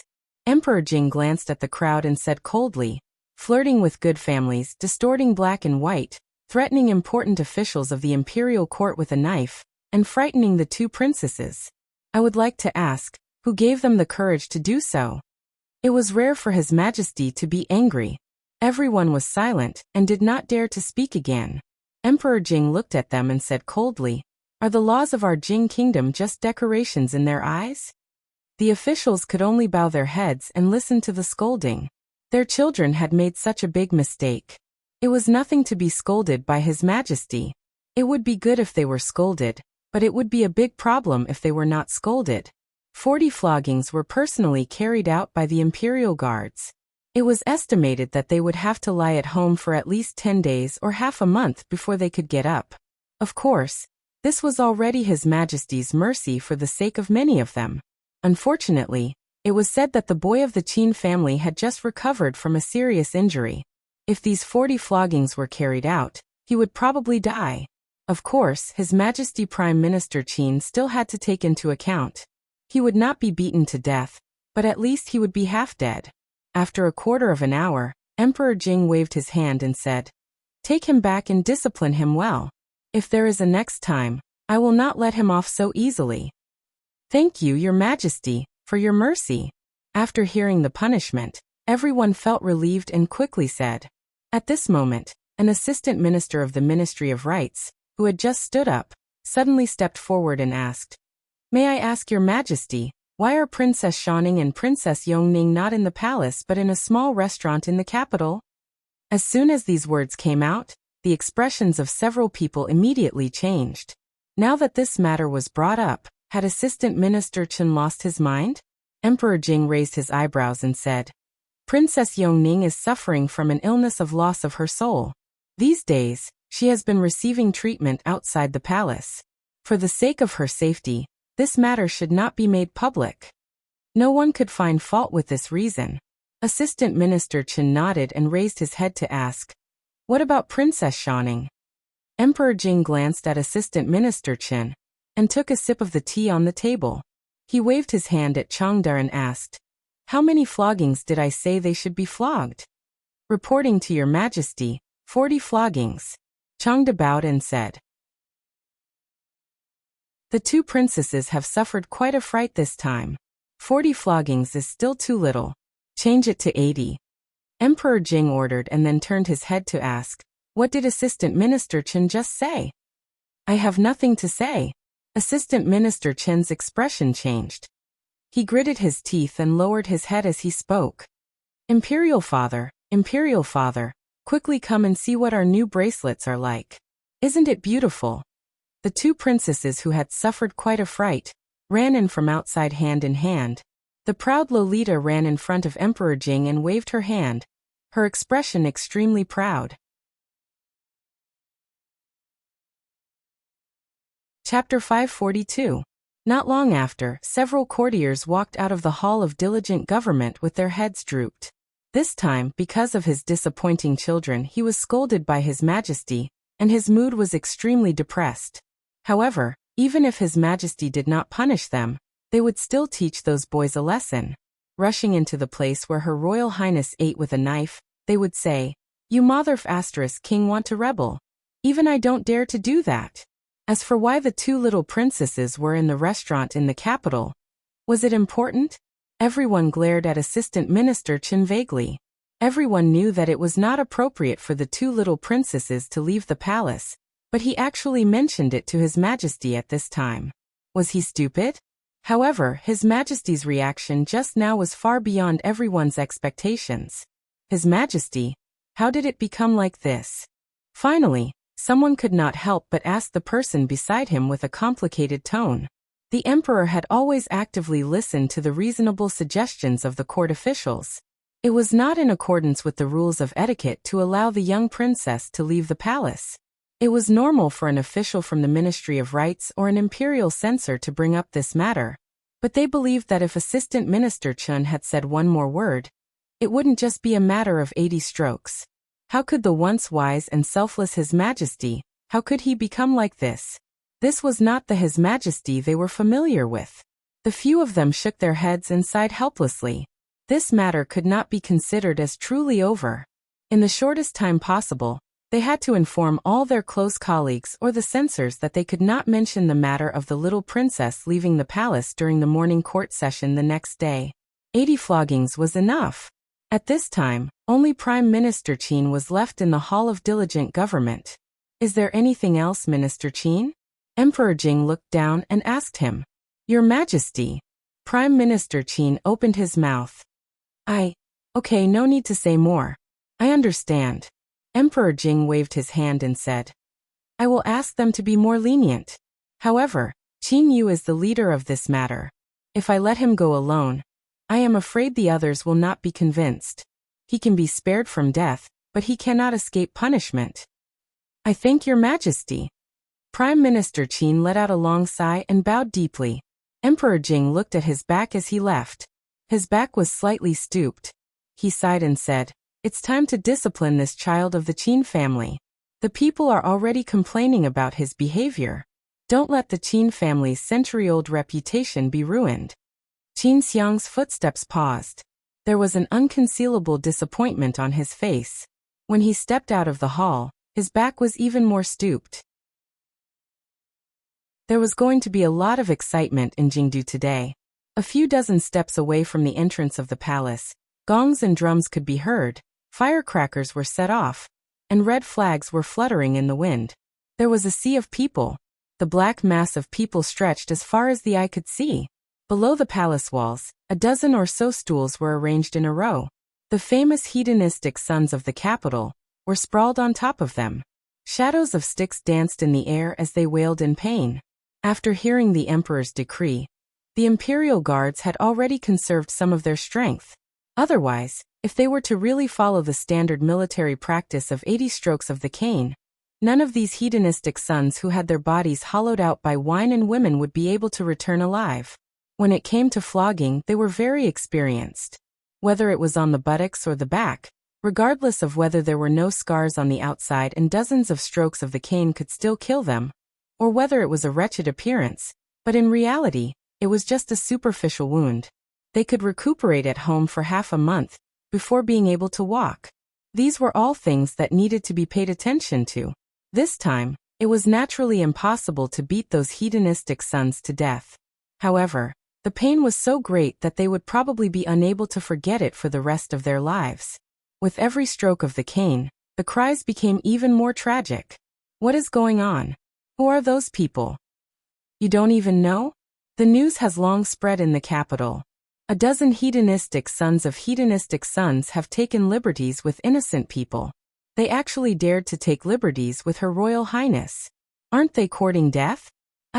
I already said that this group of people have done all kinds of bad things. Sooner or later, they will know who is stronger. They deserve it. The commoners liked to see this kind of excitement. Wasn't it fun to eat melon seeds of different flavors while listening to the screams? Naturally, there were also rows of carriages parked at the side. The carriages had soft cushions on them, and the outside of the carriages were pasted with the insignia of various families. They were all well-known figures in the capital. However, today, while their heads were still there, their faces were completely lost. My pitiful children. His Majesty is so cruel. He has already asked Imperial Consort Chui to plead for mercy on their behalf. Why is there still no movement from the palace? Listening to the screams outside, there were even sounds of sobbing, cursing, sighing, and the sound of eating melon seeds coming from within some of the carriages. Bah! Outside a carriage, a middle-aged man spat out the skin of a melon seed. He looked at the people under the palace wall who were being beaten with a cane. His face showed an expression of interest. Wuxia, do you think the red dates or the garlic flavor tastes better? A large man beside him scratched his head and said, Fifth Master, I think the 5-spice flavor tastes better. The middle-aged man dragged out his voice. Seeing this, the large man immediately said, the garlic flavor. Of course, the garlic flavor tastes better. The middle-aged man threw the bag in his hand over and said, since the garlic flavor tastes better, these are all for you. The large man's face showed a bitter expression. He glanced around and his eyes suddenly lit up. He said, Fifth Master, it seems that the beating is over. Should we go over and bring the little Duke over? In reality, beside the surrounding carriages, countless figures had already jogged over to the palace wall and carried their young masters back. They had him lie down on the soft cushion that had been prepared in the carriage. That fifth master waved his hand somewhat dispiritedly. 2 men quickly ran over and carried the fainted Qinyu back. When they saw a certain part of his body, even though they were made of iron, they couldn't help but suck in a breath. This was simply beaten to a pulp. Naturally, the 2 of them deeply sympathized with their little duke's experience. The outside world was still too dangerous for the little duke. How good would it be to be grounded at home? At least he wouldn't be beaten into a sieve. Wuxia glanced at the inside of the carriage and covered his eyes. He secretly sighed and said, what a sin. After the few playboys were punished, they were quickly carried back. There was no more excitement to watch. The people also dispersed in disappointment, leaving behind a ground full of melon seed shells. At the entrance of the Hall of Diligent Government, Changde bowed to the woman in the palace dress in front of him and said, Your Highness, please go back. The 2 little princesses were frightened today. His Majesty is comforting them inside. He won't see anyone. After a while, looking at the sky, Concubine Chui estimated that there was already a result outside the palace. Concubine Chui shook her head. She was afraid that what her younger sister had asked of her could not be done. At this time, in the Hall of Diligent Government, The proud Lolita excitedly told Emperor Jing about what she had seen and heard these days. She danced with joy. Father, you don't know. Sir's rocking cart is very fun. And that uncle is very strong. Also, I went fishing with Sir. Those stinky fish actually don't eat candied haws. And I also have a rabbit that I keep at Sir's house. I want to see it in a few days. Emperor Jing held Yongning in his arms and touched Princess Shaning's head. He asked with a smile. You weren't frightened today, right? The proud Lolita shook her head and said angrily, I wasn't frightened. It's just that I haven't eaten enough. I said that I would go to Sir's house to eat braised prawns, sweet and sour carp, braised lion's head. Sir also said that he would take us out to barbecue tomorrow. Seeing that his daughter kept talking about Sir, Emperor Jing was depressed. What was so good about Li Yi? Why did his two daughters like him so much? At this moment, the proud Lolita seemed to think of something again. She mysteriously attached herself to Emperor Jing's ear and said, Father, in 2 years, can you issue a decree to betroth Shanning to Sir? The expression on Emperor Jing's face froze. After a while, outside the Hall of Diligent Government, Changde heard the movement coming from inside the hall. He looked back and shook his head slightly. It seemed that His Majesty was really angered by those playboys this time. Otherwise, how could he even use the word beast?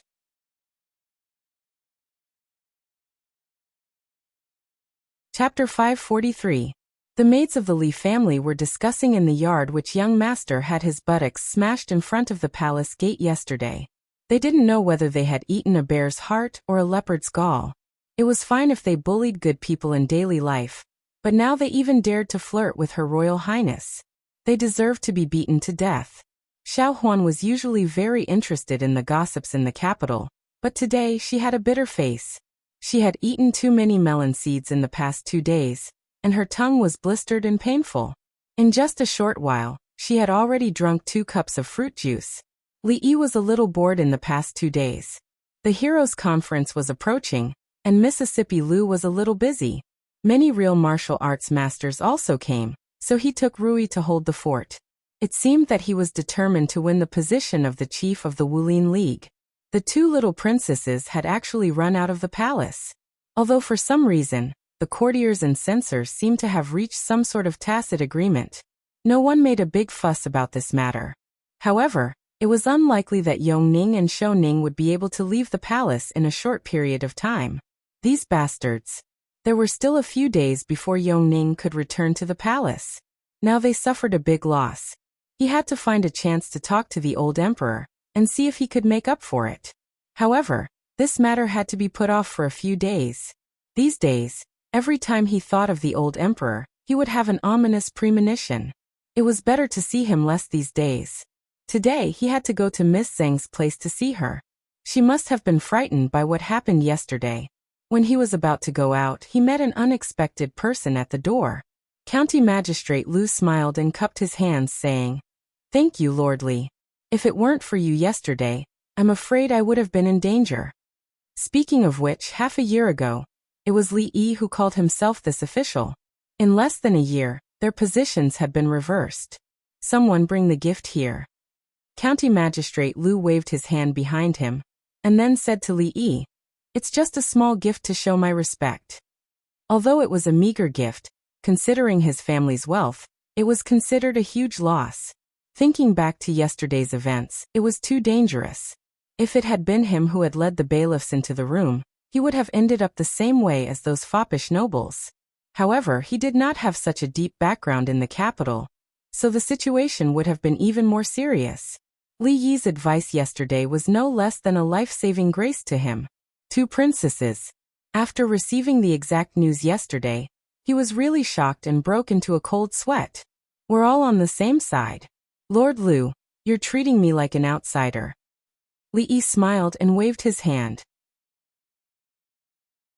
After he came to this world, he had spent the first few days in Qing and Prefecture. Thus, when he saw Lu Yi and County Magistrate Lu in Jingdo, he felt closer than other people. What's more, County Magistrate Lu's position as the capital magistrate was beneficial to him. County Magistrate Lu said hurriedly, Etiquette is necessary. Since he said so, Li naturally couldn't refuse. When the time came, he would tell Uncle Li to send someone to visit County Magistrate Lu's mansion. The standard of the gift would be the same as this one. Li stretched out his hand and said with a smile, "Lord Lu, come in and have a seat." County Magistrate Lu could see that Li was going out. Although he wanted to go in for a cup of tea and improve their relationship, he couldn't disturb him now. He cupped his hands and said, "I only want to thank you in person for your great kindness. I won't disturb you anymore, Lord Li." The guests who came to the Li family all had a good habit of only giving gifts but not entering the door. They didn't even invite them in, so they didn't even have to pay for a cup of tea. Li couldn't help but start to think whether it was because the feng shui of this mansion was too good. County Magistrate Lu also left in a hurry without entering the door. Li shook his head and called Fong, followed by a few guards of the Li family, to the direction of the capital.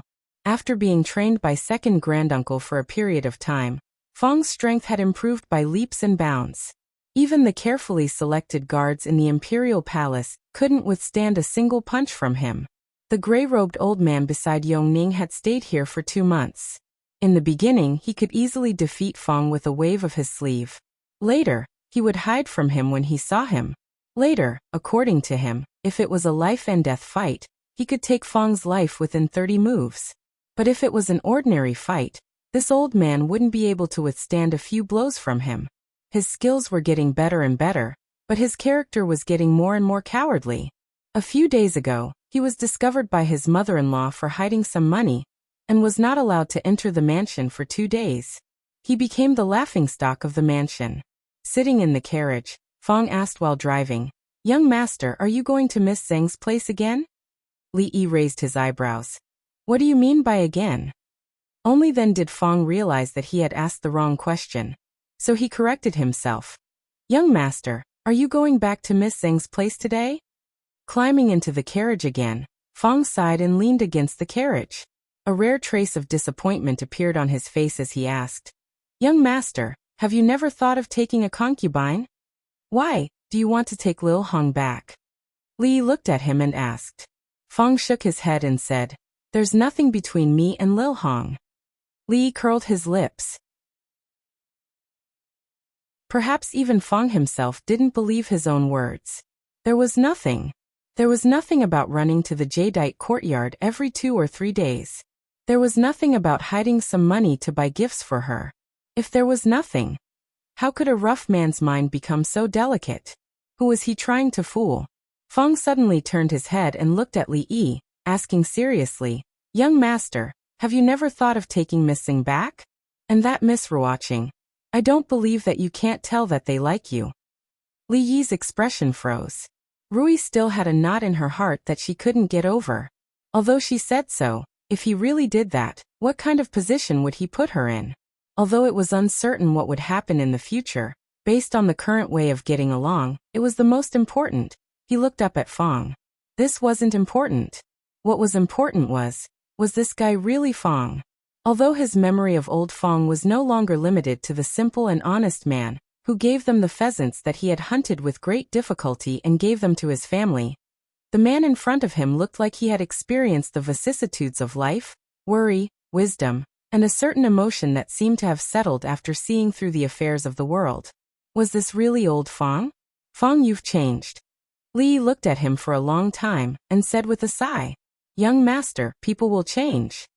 Fong looked at him and said, "You will change, I will change, eldest miss will change, second miss will also change, all of us will change." At this moment, Fong was very much like a philosopher.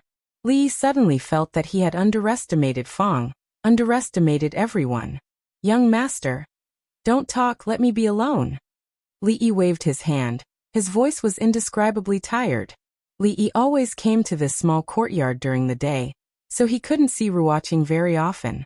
But Miss Zheng was always there. As the chief designer, she only needed to draw in the room so she didn't have to run around. Today, she wasn't in the room, but sitting at the stone table in the courtyard, staring at the swing under the tree in a daze. Li let out a sigh and sat opposite her. Zheng Zimo looked up at him and didn't say anything. "Fong, this bastard, made me think about life with just a few words, but I went to the Jade Courtyard to talk about life with Little Red." After a moment of silence, Li felt the atmosphere was a little awkward, so he looked at Miss Zeng and said, "How about you sing a song?" Zeng Zimo had learned a lot of new songs these days, which were all taught by Yongning. Maybe she also felt the atmosphere was a little awkward, so she asked, "What do you want to sing?" Li bowed his head and thought for a moment. After a moment he looked up at her. "How about 18 touches?"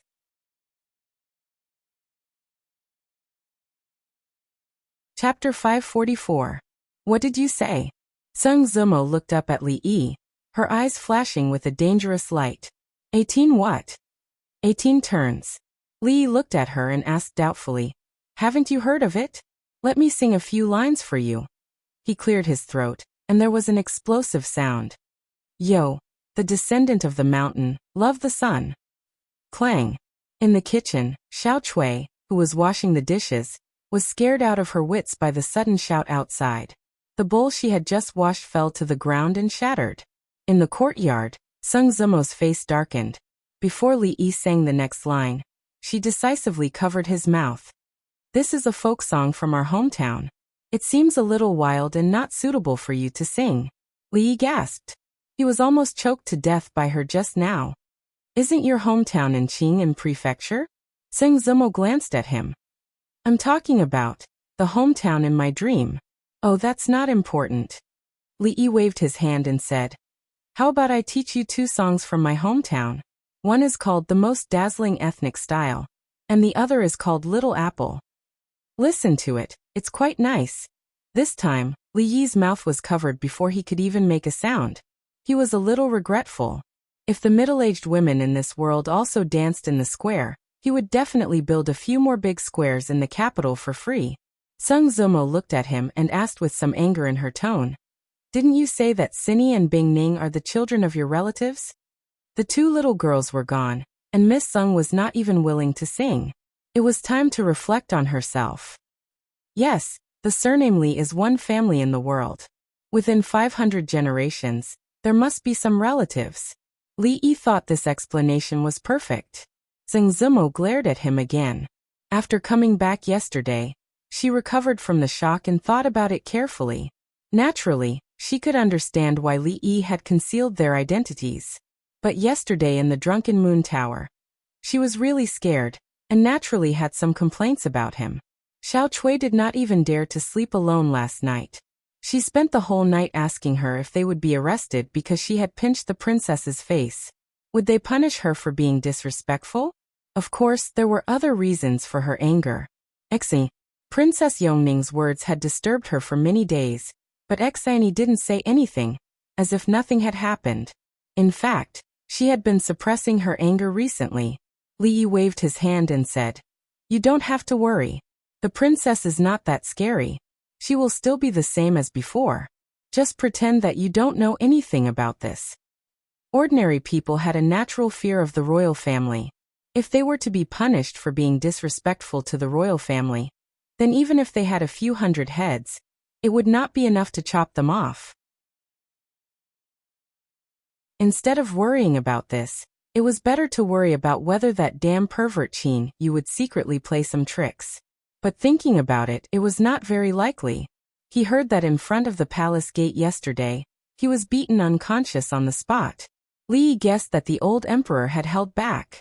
Otherwise, the Qin's residents would be preparing for a funeral today. As for the other good-for-nothings, including that royal prince Duanyang, they wouldn't be able to do anything for the next 10 days to half a month. Now that they had all been dealt with, it was likely that the capital would be much quieter in the near future. As one of the 3 heroes of the capital, he was still very competent and inadvertently did something practical for the common people. However, this kind of thing was hard to guarantee. Who knew what the bottom line of those bastards was? The security around the small courtyard still needed to be strengthened. The current situation was no longer the willow leaf stockade. Not to mention the subordinates of Mississippi Lu, just the number of experts recruited from the brothels was already uncountable. They spread out like a net in the capital. As long as one side made a move, countless people would gather in a short period of time. These things were all done by Lu Luo. He was familiar with the Jianghu and had a high prestige. In addition, He alone accounted for more than 90% of the intelligence of the two brothers. He could be said to be extremely intelligent and rarely made mistakes. All the affairs were arranged in an orderly manner. Many accidents or sudden incidents could also be handled with a strong hand. Mississippi Lou had never been convinced by anyone, and he was one of them. Otherwise, with Mississippi Lou managing the many matters of the hero ranking with passion, it would not take long for the whole thing to collapse. Don't rush to expand the shop. If there are smart people under you, you can train them in the direction of a shopkeeper or a manager. Of course, the foundation must be clean. Don't let Ruoqing run around all day. There is no end to the work. Got it. Zheng Zimo waved her hand impatiently, as if she wanted to see him off. She was a little strange today. Li Yi counted the days and calculated a little, and he didn't find it strange anymore. He stood up and said, "Then I'll go back first." Zheng Zimo waved her hand again, stood up, and walked into the house. Li Yi sighed. When he walked out the door, Fong was already squatting beside him, waiting. Seeing Li Yi come out, he stood up. "Young master, don't talk." Li Yi hurriedly waved his hand, got into the carriage and said, "Let's go around the city." At this time, it was still early before dark. Rui and the others would probably return in 2 to 4 hours. He would go to the brothel and some shops in the capital from time to time.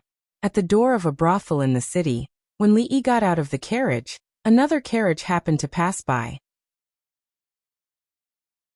The elegant young man in the carriage was holding a thick book in his hand and reading it attentively. The carriage slowly drove through a few streets until there were fewer people on the street, and it stopped in front of a high door. The servant at the door was about to go forward to ask, but when he saw the sign on the carriage, his face froze. He immediately stepped forward respectfully and said, "Greetings, Your Highness." The young man got out of the carriage, waved his hand, and asked, "Is Prime Minister Qin in the residence?" "He just returned." The servant quickly said, "Your Highness, please. Your Highness, have you been reading these days?" After a servant served tea, Prime Minister Qin looked at the king and asked. The king said with a smile, "In the past 2 months, I have been lying in bed with nothing to do, but I have read a lot. Now I am used to it, and I can't put it down for a while. It's good to read more." Prime Minister Qin nodded and said, "However, even if it's reading, you need to focus on something. Your Highness should learn more about the mind of an emperor and the way of governing a country. I will send someone to send a few books to you tomorrow." "Thank you, Prime Minister Qin." The king cupped his hands and thanked him. Prime Minister Qin's face showed a thoughtful expression. He paused and said, "I know that Your Highness has a grudge against the Earl of Chang and County Li Yi. However, he is a talented man. If he is willing to assist you, he will definitely be your greatest help in the future. It's not a big deal to be young and impetuous. I was also young once. Those who achieve great things never care about trifles. I hope Your Highness can let bygones be bygones. As for the Earl of Chang and County, I will fight for it for Your Highness. What do you think?" This was the second time that Prime Minister Qin had mentioned this to the King of Shu. After a moment of shock, the king's face lit up and he said, "In the past 2 months, I have been thinking about it and felt a lot of emotions. That's exactly what I wanted to do. Thank you, Prime Minister Qin." Prime Minister Qin nodded, and a hint of relief appeared on his face. The King of Shu suddenly changed the topic and asked, "I've heard about what happened yesterday. Brother Qin Yu, he didn't sleep last night and just fell asleep." Speaking of this matter, Prime Minister Qin's face showed disappointment and disappointment again. The King of Shu cupped his hands and said, "In that case, I won't bother you anymore. I'll visit you in 2 days. Your Highness, if you have nothing to do these days, you might as well pay a visit to the families of generals and other officials' mansions. After all, there are some things that even I don't have the right to do." "I understand. Well, Prime Minister Qin, you don't have to see me out." At the gate of Qin's mansion, the King of Shu bowed to Prime Minister Qin again and turned to get on the carriage. Fortune or misfortune, Your Highness has really grown up this time. Prime Minister Qin said softly and turned to step into the mansion. Inside the carriage, the King of Shu had a faint smile on his face. After a while, The smile on his face disappeared and a strange light flickered in his eyes. He asked, "Have you found out the details of those two women?" "Your Highness, I have." A voice came from outside the carriage. The King of Shu smiled again, and unconsciously rubbed his fingers. He picked up a book beside him and read it attentively.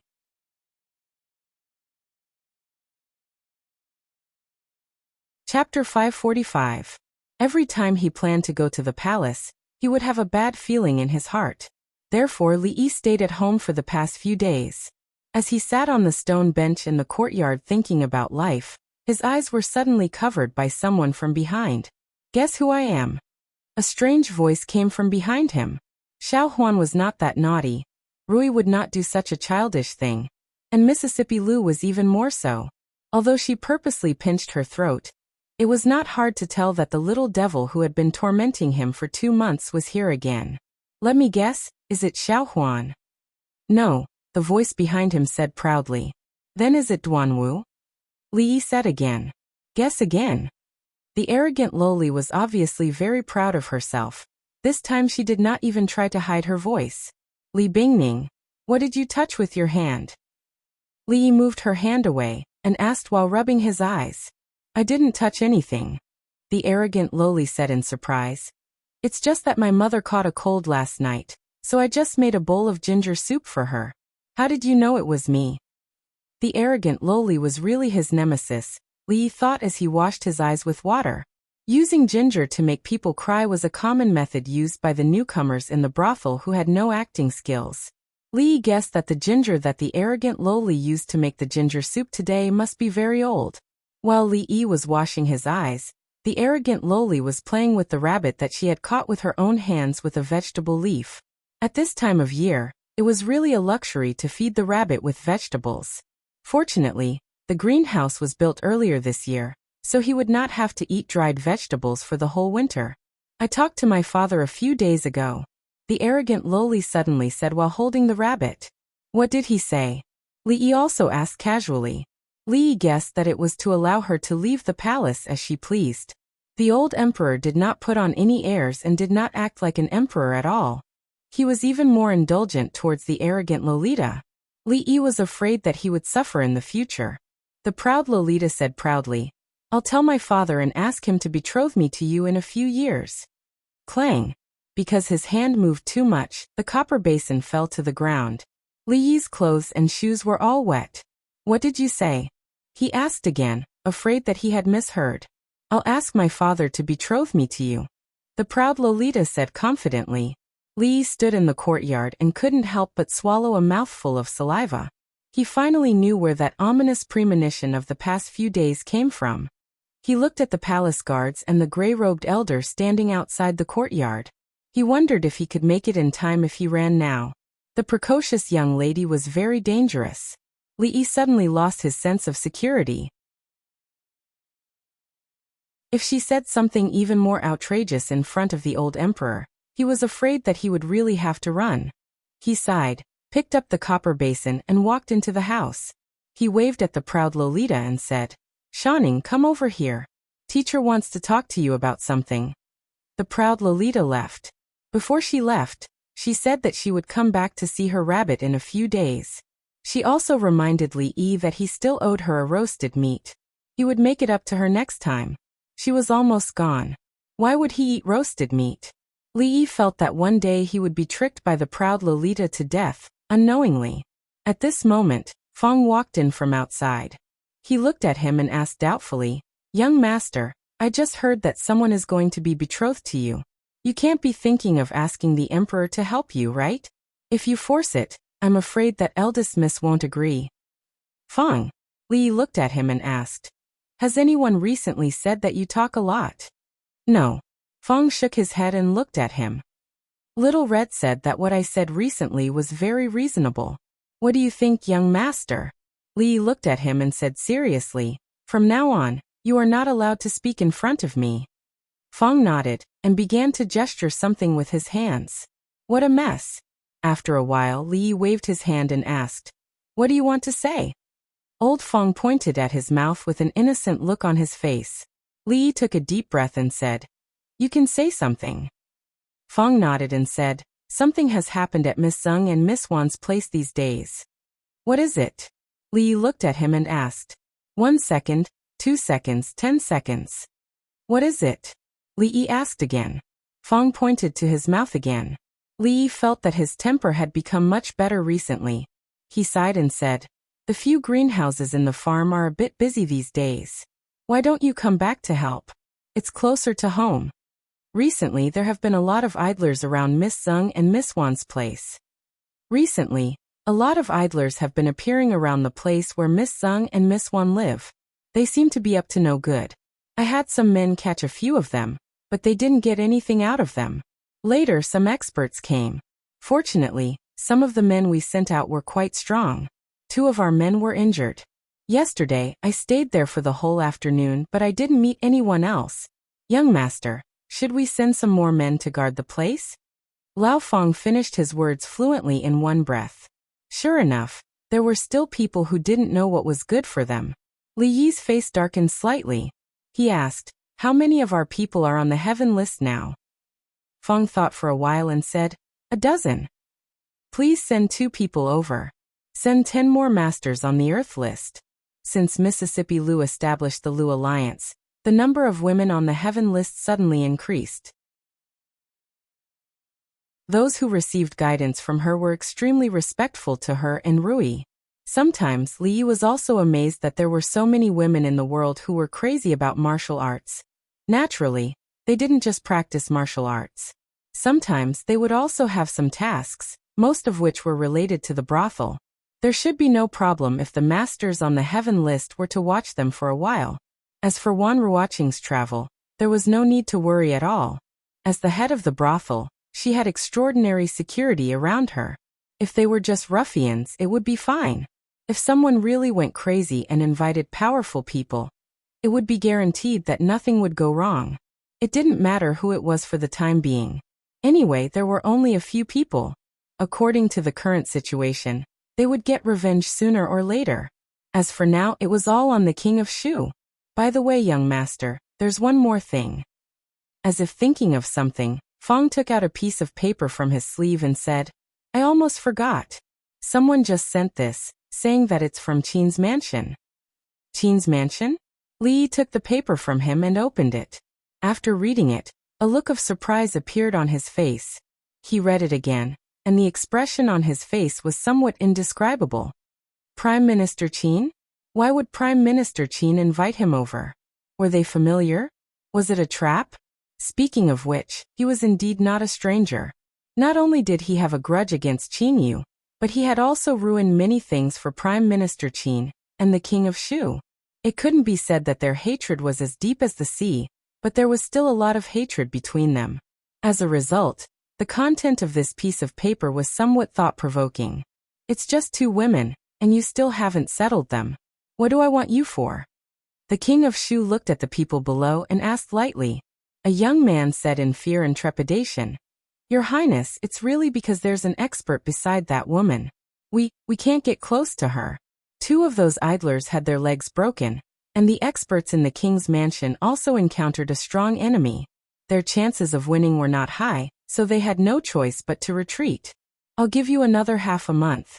If you still can't do what I told you, then don't come back. Leave." The King of Shu glanced at them, waved his hand, and said impatiently. The few people hurriedly retreated as if they had been granted amnesty. The King of Shu looked at a name on the paper in his hand and clenched his fist. The paper was immediately crumpled into a ball. The humiliation that day, I will definitely return it 100 times over. A suppressed and gloomy voice came from the hall, and then there was no more sound.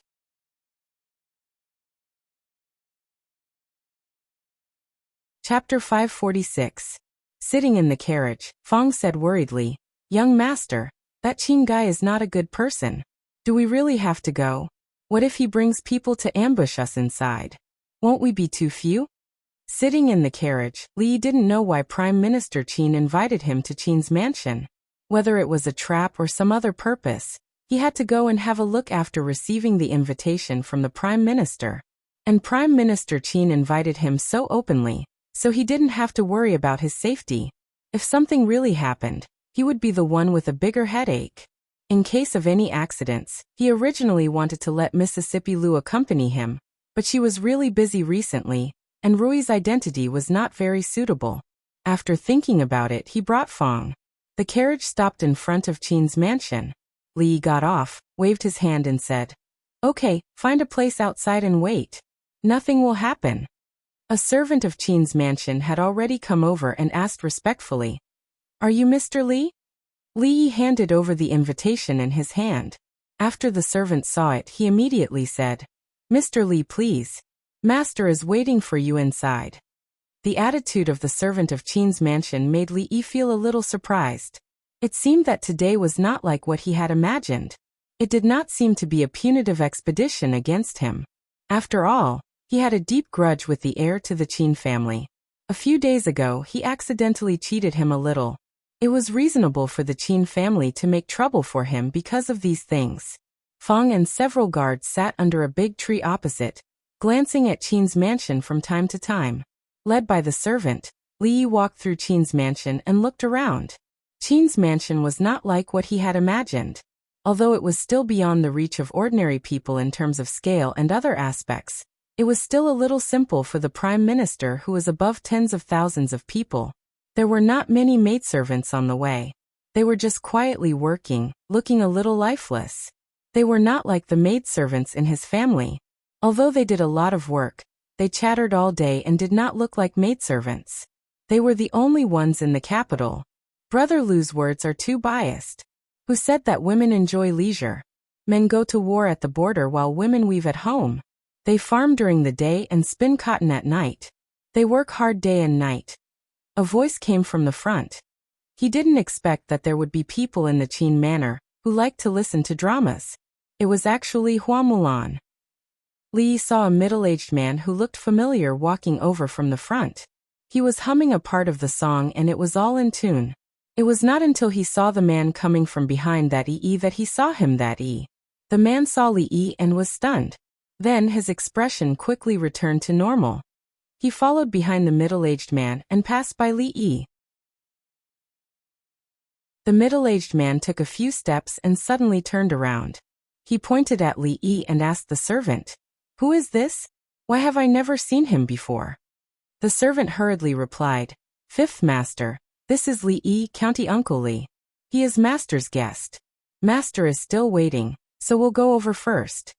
The fifth master of the Qin clan was stunned. The old master that the servant mentioned was naturally his father. However, there were many guests in the house, but almost all of them took the initiative to visit. With his father's status, it was naturally impossible for him to visit others. However, there were very few people that he personally invited.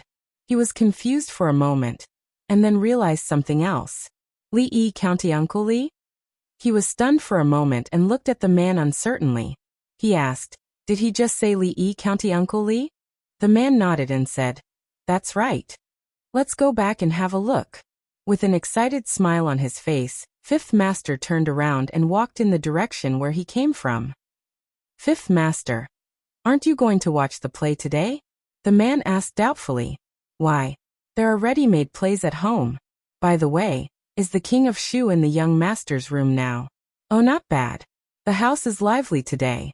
Seeing Fifth Master striding forward, the man scratched his head with a trace of doubt on his face. Then he shook his head and quickly followed Fifth Master. The Qin's mansion did not seem to be very big. At least, it was much smaller than Li Xian's mansion. Li estimated that after 3 or 5 minutes, the servant took him to a hall. He walked in and said, "Master, County Uncle Li is here." The servant was also surprised at this time. Usually, when guests came to the mansion, they were the ones waiting for the master. Even the King of Shu was no exception. Today's situation was extremely rare. Li walked in and saw a white-haired old man sitting on the main seat. He was wearing a plain Confucian robe, and looked exactly the same as Prime Minister Qin that Li usually saw. "Greetings, Prime Minister Qin." Even though the few times he met Prime Minister Qin could not be called harmonious, the necessary etiquette could not be omitted. The reason why he called himself junior, instead of subordinate, was that the college was directly under the jurisdiction of the old emperor. Even the Prime Minister had no right to intervene. In fact, he did not have a superior and subordinate relationship with the officials of the court. Sit. Prime Minister Qin stretched out his hand and said straightforwardly. There was a short table between the two chairs. Li could not sit on the lower seat and shout while talking. After glancing at Prime Minister Qin, he sat on the other chair. You must be very surprised that I invited you here today, right? Prime Minister Qin looked at Li Yi and spoke straightforwardly. It is indeed a little surprising. Li Yi nodded and said. Serve the tea. Prime Minister Qin gave a rare smile. He did not seem to be in a hurry to get to the main topic.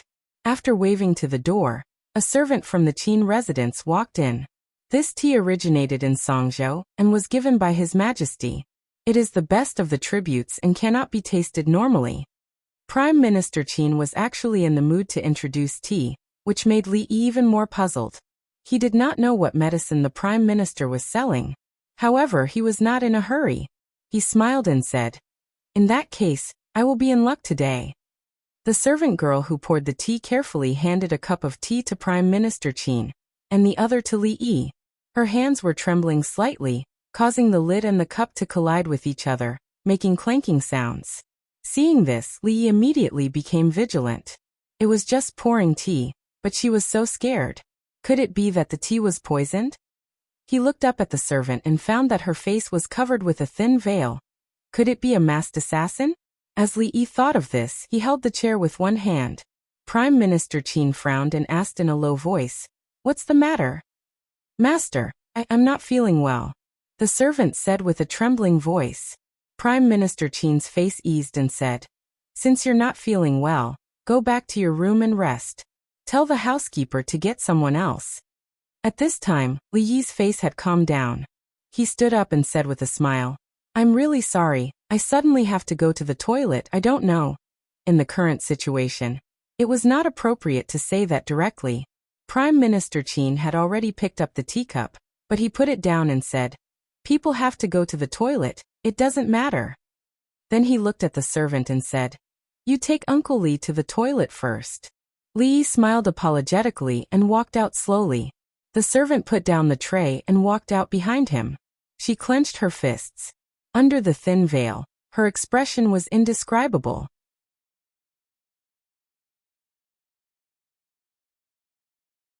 Chapter 547. A few steps behind Li Yi, the veiled maid lowered her head and said in a low voice, Uncle Li, the toilet is in front. Why are you here? Li turned around and looked at her. The maid's body trembled slightly, and her voice was a little panicked. Uncle Li, I don't know what you are talking about. I mean, why are you in the capital and in Prime Minister Qin's mansion? Li stared at her and asked, Lu Mei, where are your parents? The maid's body trembled again. But she also knew that she couldn't hide her identity. She slowly took off her veil, and it could be seen that she was pretty. But the scar on her face was extremely eye-catching. And her appearance was not strange to Li Yi.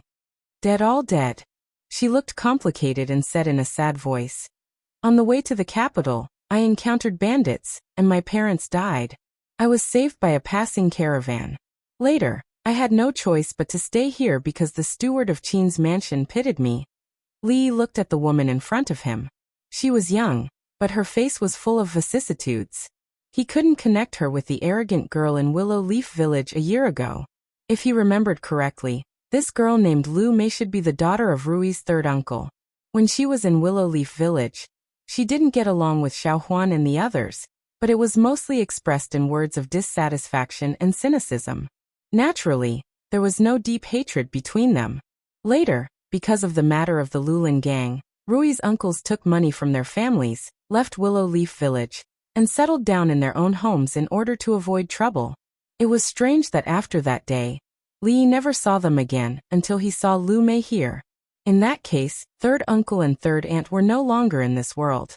When Li recalled, he could only remember that third uncle was a skinny man who didn't talk much and seemed to be afraid of his wife. Third aunt was quite powerful. She could stand at the door and argue with second aunt for an hour without losing. But now, too many things had happened in this 1 year. To him, these were all very distant memories. The enmity with the Lu clan had been reduced to dust a long time ago. Li Yi looked at her, thought for a moment and asked, "What are your plans for the future?" Plan? A smile appeared on Lu Mei's face, but it was uglier than crying. I'm already like this. What other plans can I have? I'm pretty good right now." Li Yi looked at her again, shook his head, and walked back the way he came. Lu Mei turned around. Even after his figure disappeared, she stood there for a long time, her face ashen. She could still remember that one day about a year ago, when her mother came back from outside. She didn't seem very happy. Later, she learned that Sister Rui snatched a husband from outside, which ruined some of their plans. She remembered that her mother had been thinking about their 2 acres of land for a long time.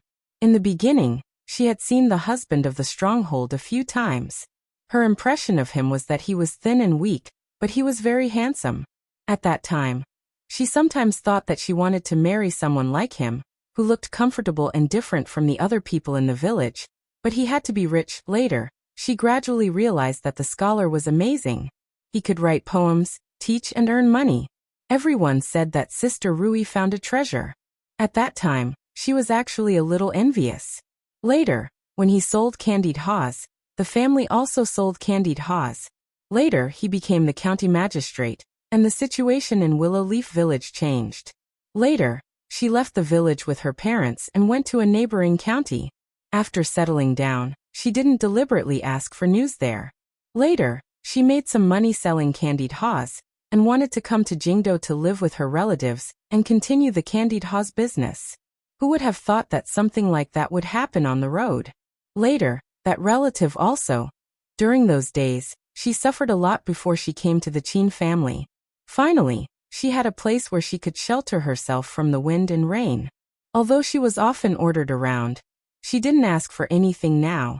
She had once thought about marrying a handsome young man, but this thought hadn't appeared in a long time. Then she heard some news. The Count of Chang, and the Emperor's favorite, one of the 3 heroes of Jingdo, had defeated the people of the Qi kingdom. Even her little duke had suffered a lot at his hands. Every time she thought of this, her heart would become somewhat complicated. If they hadn't left that day, would things have been different? However, there were no ifs in this world. She touched the scar on her face, put on her veil again, and silently left with her head down. Meeting Lu Mei in Qin Manor was beyond Li Yi's expectations. She could be considered an old friend. If Rui or Xiaohuan learned of this news, he didn't know what they would do. The old grievances of the past were not worth mentioning now. However, this was Qin Manor. If he acted too special toward her, it would not be a good thing for her. Right now this was all he could do. When he walked back, he coincidentally ran into a servant of Qin Manor and asked him for directions. Only then did he realize that he had gone the wrong way. He walked back another 30 to 50 feet and disappeared behind a moon door. "Miss Mei." The man who had led the way scratched his head and nodded slightly. "Wu Er, why aren't you done yet?" A voice came from nearby. Wu Er hurriedly replied, I'm coming." He glanced in a certain direction, turned around and ran over with quick steps. "I've made Prime Minister Qin wait a long time." Li walked into the hall and raised his hands in a salute. "No problem." Prime Minister Qin waved his hand, and didn't seem to mind at all. He said, "The tea might be getting cold. I'll have someone make another cup." Li waved his hand and said, "No need to trouble yourself. I don't usually drink tea." He rarely drank tea. As for the tea of Qin Manor, he couldn't drink it. Who knew if there was something else added to it? He wasn't measuring the heart of a gentleman with his own mean measure. Perhaps Prime Minister Qin couldn't do such a thing, but some people could. "What's the matter, Prime Minister Qin?" After Li Yi sat down again, he asked directly. Prime Minister Qin took a sip of tea unhurriedly and asked casually, "Mr. Li is a rare young talent in our Jing kingdom. What do you think of the recent political affairs?" Li Yi was stunned for a moment. Then he shook his head and said, "I haven't seen it. I've never been to the court." Prime Minister Qin's hand, which was putting down the teacup, froze slightly. In fact, he wanted to recruit Li Yi today. From his observation in the past few months, Li Yi could really be called the first person among the young generation in the Jing kingdom. He was favored by the emperor and was highly valued by the emperor. Besides, he had a close relationship with the prince of Prince Ning, Li Xian. Prince Ning's influence in the court couldn't be underestimated. What's more, Prince Li Xian had the support of the Wang family and other big families. If he could make Prince Li Xian be loyal to the Prince of Shu, he wouldn't have to worry about it. Of course, this kind of thing couldn't be said clearly. He did want to say a few words in a roundabout way, but Mr. Li's first sentence ended the conversation. He was not prepared for it, and his thoughts were disrupted. At this moment, he didn't know how to continue asking.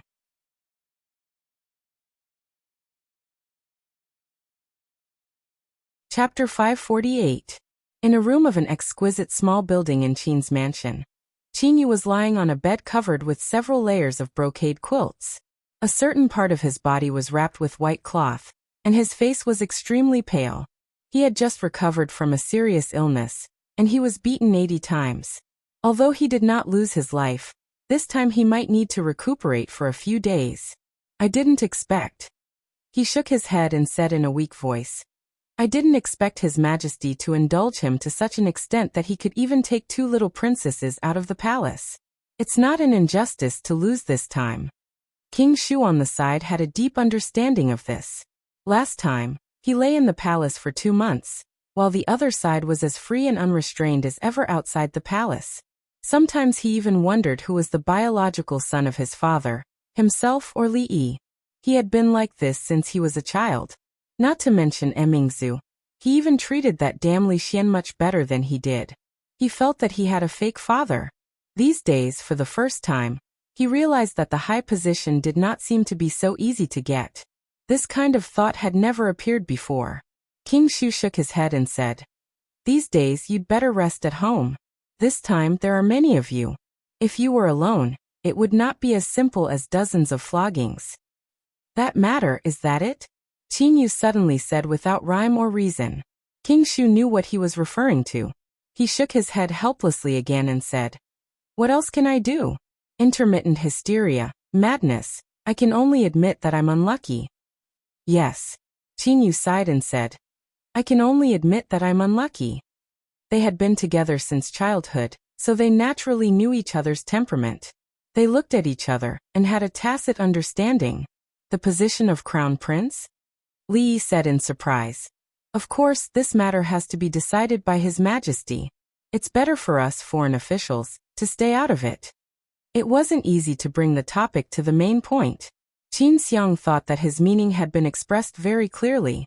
However, Li Xianbo had been avoiding the topic and never responded to it directly. He didn't know how many times he had the impulse to serve tea and send off his guest. After saying so much, Qin Xiang's throat was a little dry. He picked up the teacup and took a sip. Li Yi stood up from his seat, cupped his hands and said, If that's the case, this junior will take his leave. Why? Is there something urgent in Uncle Li's family? Prime Minister Qin was stunned. He didn't know why Li Mu would do this. Li looked at him in surprise and asked, Hasn't Prime Minister Qin already served tea to see the guests off? The current him was no longer the newbie who had just arrived here. The ancient people liked to beat around the bush when they spoke and did things. Serving tea meant sending the guest off. He was not as blind as Li Xian. This old man is just thirsty. Prime Minister Qin didn't realize that his actions would cause a misunderstanding. He said, I won't beat around the bush. I know that you have a grudge against the King of Shu. I only have one question. If your highness is willing to let go of the grudge, can County Uncle Li let bygones be bygones? The King of Shu will inherit the throne in the future. You should be clear about the pros and cons. He would never be so straightforward when he talked to people. However, if he continued to talk in the way just now, he was afraid that there would be no result even when it was dark. However, he didn't have the patience to wait any longer. In fact, just now Li Yi had roughly guessed why Prime Minister Qin called him here today. However, was he sure that the King of Shu was willing to let go of the grudge? If that guy had such a mind, things wouldn't have gotten to this point. If he really became the emperor, would there be a way for him and others to live? Since he took action in the palace that day, there had been no way out. Naturally, it was impossible for him to turn back. Either he lived or the king of Shu died. There was no second possibility. Li Yi sighed and pointed to his head. He said, Prime Minister Qin, you know that sometimes I can't control myself, especially when I see the king of Shu. I don't know when my hysteria will act up. If I hurt the king of Shu again, I'm afraid that His Majesty will see my head. The court officials won't agree either. It's not good for anyone. In fact, until now, Prime Minister Qin still didn't know whether the intermittent hysteria was real or not. After all, if there was no illness, a normal person wouldn't do something like beating a prince in the palace under the watchful eyes of the public. However, in this world, was there really such a magical illness? Or was the king of Shu and him born to oppose each other? The judgment of the Imperial Physician Bureau could not be false. After all, Li Yi had just arrived in the capital. It was impossible for him to control the Imperial Physician Bureau so quickly and make an imperial physician say something that deceived the emperor. If this was true, then he was too powerful. Prime Minister Qin frowned and asked, This hysteria, how did you get it? Li Yi sighed faintly. He said, It's a long story. Everything starts from that winter 10 years ago. The king of Shu walked out of Qin Yu's courtyard, looked back, and then turned to leave. The reason why Qin Yu fell into this situation was caused by Li Yi. Even his current predicament couldn't escape from him. However, now that he was getting stronger, he was valued by the emperor father, the eldest princess Li Xian, and the family of generals. As long as he didn't ascend the throne, he couldn't do anything to him. Although he didn't want to admit it, it was a fact. He could influence some things in the court, but for him, who wasn't in the court at all, it was not worth mentioning. As for small fights in private, it wouldn't hurt the foundation, and there was a high possibility that it would be exposed. Naturally, he wouldn't do it easily. Coincidentally, he found out that the girl had a close relationship with him. If something happened to her, Li Yi would naturally not be happy, but he would be happy. However, he was depressed to find out that he could not even complete such a small task, which made him feel even more depressed. As he was thinking about these things, he suddenly felt a pain in his chest when he turned a corner in a long corridor. He looked down and saw the maid who accidentally bumped into him. He slapped her and said coldly, Lowly maid, don't you have eyes? If this was in the king of Shu's mansion, such a servant would have been dragged out and beaten. However, this was the Qin's mansion, so he naturally had to restrain himself. The maid was wearing a thin veil on her face. After the slap, the veil fell off, revealing a scar on her face. Seeing this, the king of Shu felt even more disgusted. Sorry. The maid covered her face and kept apologizing.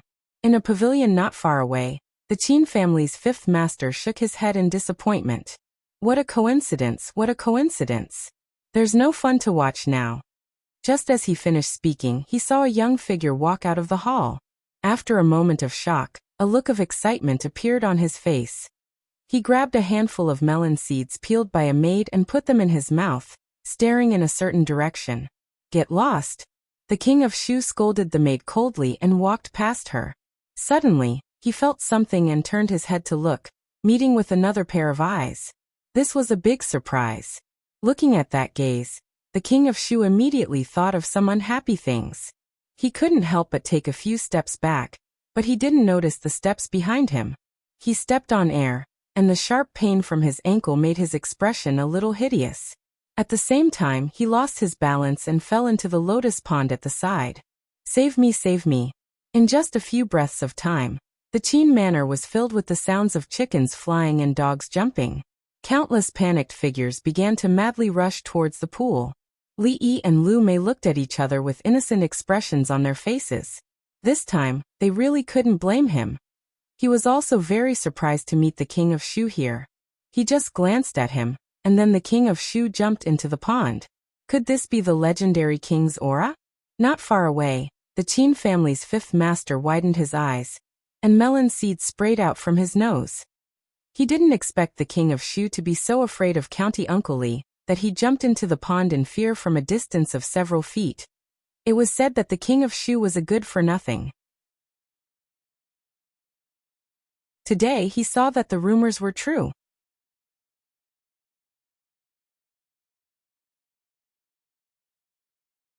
Chapter 549.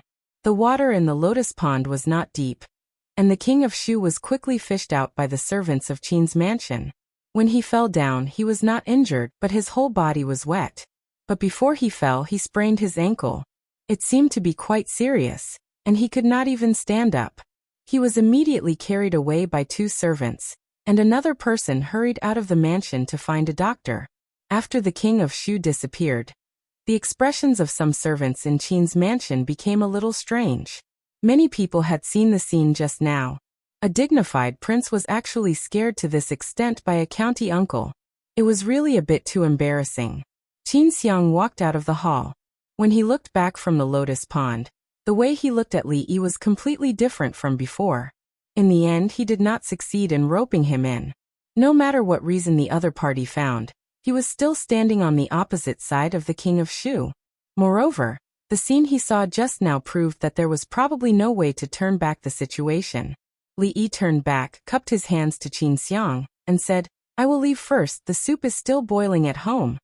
Qin Xiang nodded slightly and said to the servant girl beside him, "Show the way for County Uncle Li." "No need, remember the way." Li Yi waved his hand, turned around and left. Looking at his back, Qin Xiang could not hide the pity on his face. The servant girl with a scar on her face also looked up, bit her lips and slowly left. Su San left Hongdong County and came to the street. "I have not spoken, but my heart is miserable. Gentlemen, listen to me. Who will go to Nanjing and pass the letter to my Sanlang?" "Fifth Lord, where are you going?" Seeing the Fifth Lord humming a tune with his hands behind his back, Wu Er asked in confusion. The Fifth Lord sighed and said, "It's not enough, let's go out to watch the opera." "I heard from Rui that you went to Prime Minister Qin's mansion today?" While eating, Rui looked up at Li Yi and asked. "Oh yes." Li Yi picked up a mouthful of food and said casually, "We just chatted casually, and didn't even drink tea. The Qin family is so stingy." "What business does Prime Minister Qin have with you?"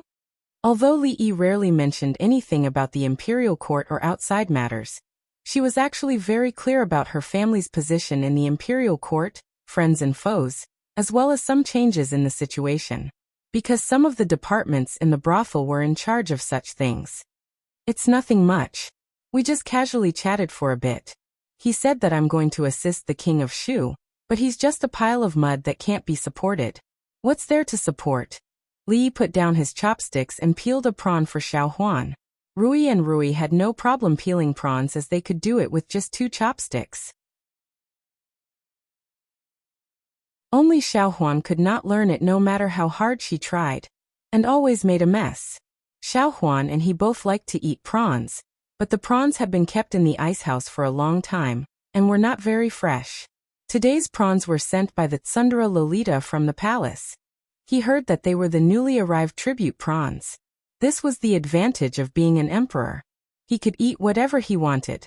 If there was nothing in Jingdo, he could have other places pay tribute to him. Ever since the cost of making ice had been greatly reduced, fruits shipped from distant places had become cheap.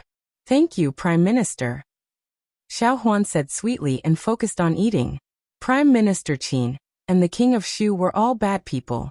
Prime Minister Qin would beat up bad people. She only wanted to eat prawns. "Then did anything happen?" Rui asked again. "No." Li Yi shook his head and said, "They are all scholars. What can happen? Even if they really want to do something, they can't be so brazen. Besides, Feng and the others are following them, so there's no need to worry." After saying that, he looked at Rui and asked, "How's the hero competition going? It should be coming soon, right?" Rui shook her head and said, "I'm afraid it will be delayed for a few more days. Recently, there have been more and more experts coming to Jingdo. The heaven list changes every day. Even if it is held now, I'm afraid many people will not agree. Originally, they did not consider the problem of the number of people. If any Tom, Dick, or Harry came to fight for the position of the chief of Wulin, how long would the competition last? However, if the qualification was limited to the experts on the heaven list, the hero list would be in an uproar. Those who wanted to keep a low profile would probably not be able to do it. Whether they could be the chief or not, they still had to fight for the qualification. This directly led to a great increase in the number of competitions that needed to be held every day. Of course, there were many experts and it was much more exciting than before. The daily profits also doubled. If they were allowed to compete for another 2 months, not only would they be able to recoup their losses, but they would also make a lot of money. 2 months could not be delayed.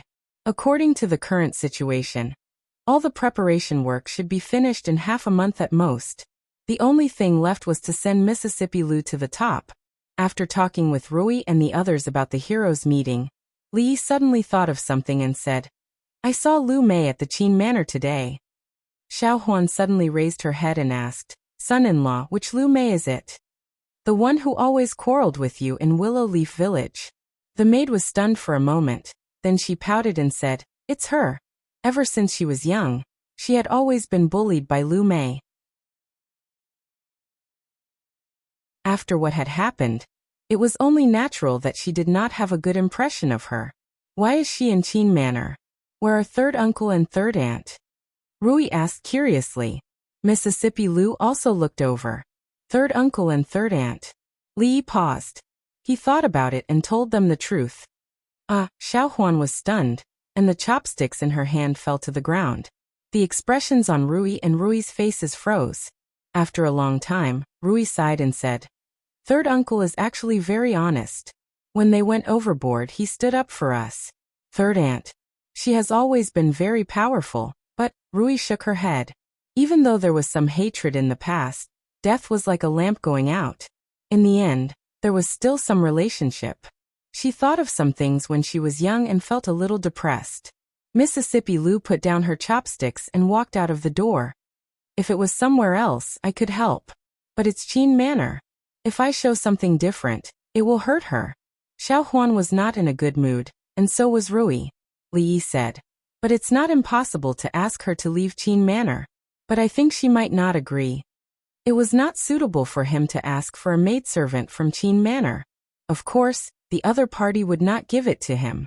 But whether it was the Princess Royal, a Tsundere Lolita, or directly asking the old emperor for a decree, although the process was a little troublesome, it was doable. After a short contact, Li could feel some of her thoughts. She actually had some self-esteem, or else she would have asked for it herself. He thought that he knew he could not face Rui and the others, so he could not force himself to do something. After a while, Li walked out of the room. He decided to put the matter of Lu Mei aside for the time being. Not long after, Rui also walked out of the room. She was a little annoyed. 2 maidservants were cleaning the courtyard while talking about something with great interest. I went out to help buy things today and heard something interesting on the street." "What?" "What?" "I heard that yesterday at Prime Minister Qin's manor, the King of Shu was so scared that he sprained his ankle and fell into the water. Ha ha ha, it's so funny. I heard that the person just looked at him, and the King of Shu was scared. I didn't expect him to be so timid. Even more timid than Shaoqing. The whole capital is laughing. Oh, I can't take it anymore. I'm dying of laughter. Who else can scare the king? Did he bump into a ghost? I just heard a few words and then followed him. I don't know what happened next." Qin Manor, the King of Shu? Standing in the corridor, Rui was stunned. She looked in a certain direction, and saw that Li Yi had just disappeared. "Didn't you say that nothing happened?" In the King of Shu's manor, the King of Shu was furious when he heard the servant's report. He flipped the table on the spot. "Who is it? Who is it? Tell Qin Yu and I will find out. I will kill him." In a courtyard of the Qin Manor, a light and cheerful tune could be heard. Brother Lu's words are too biased.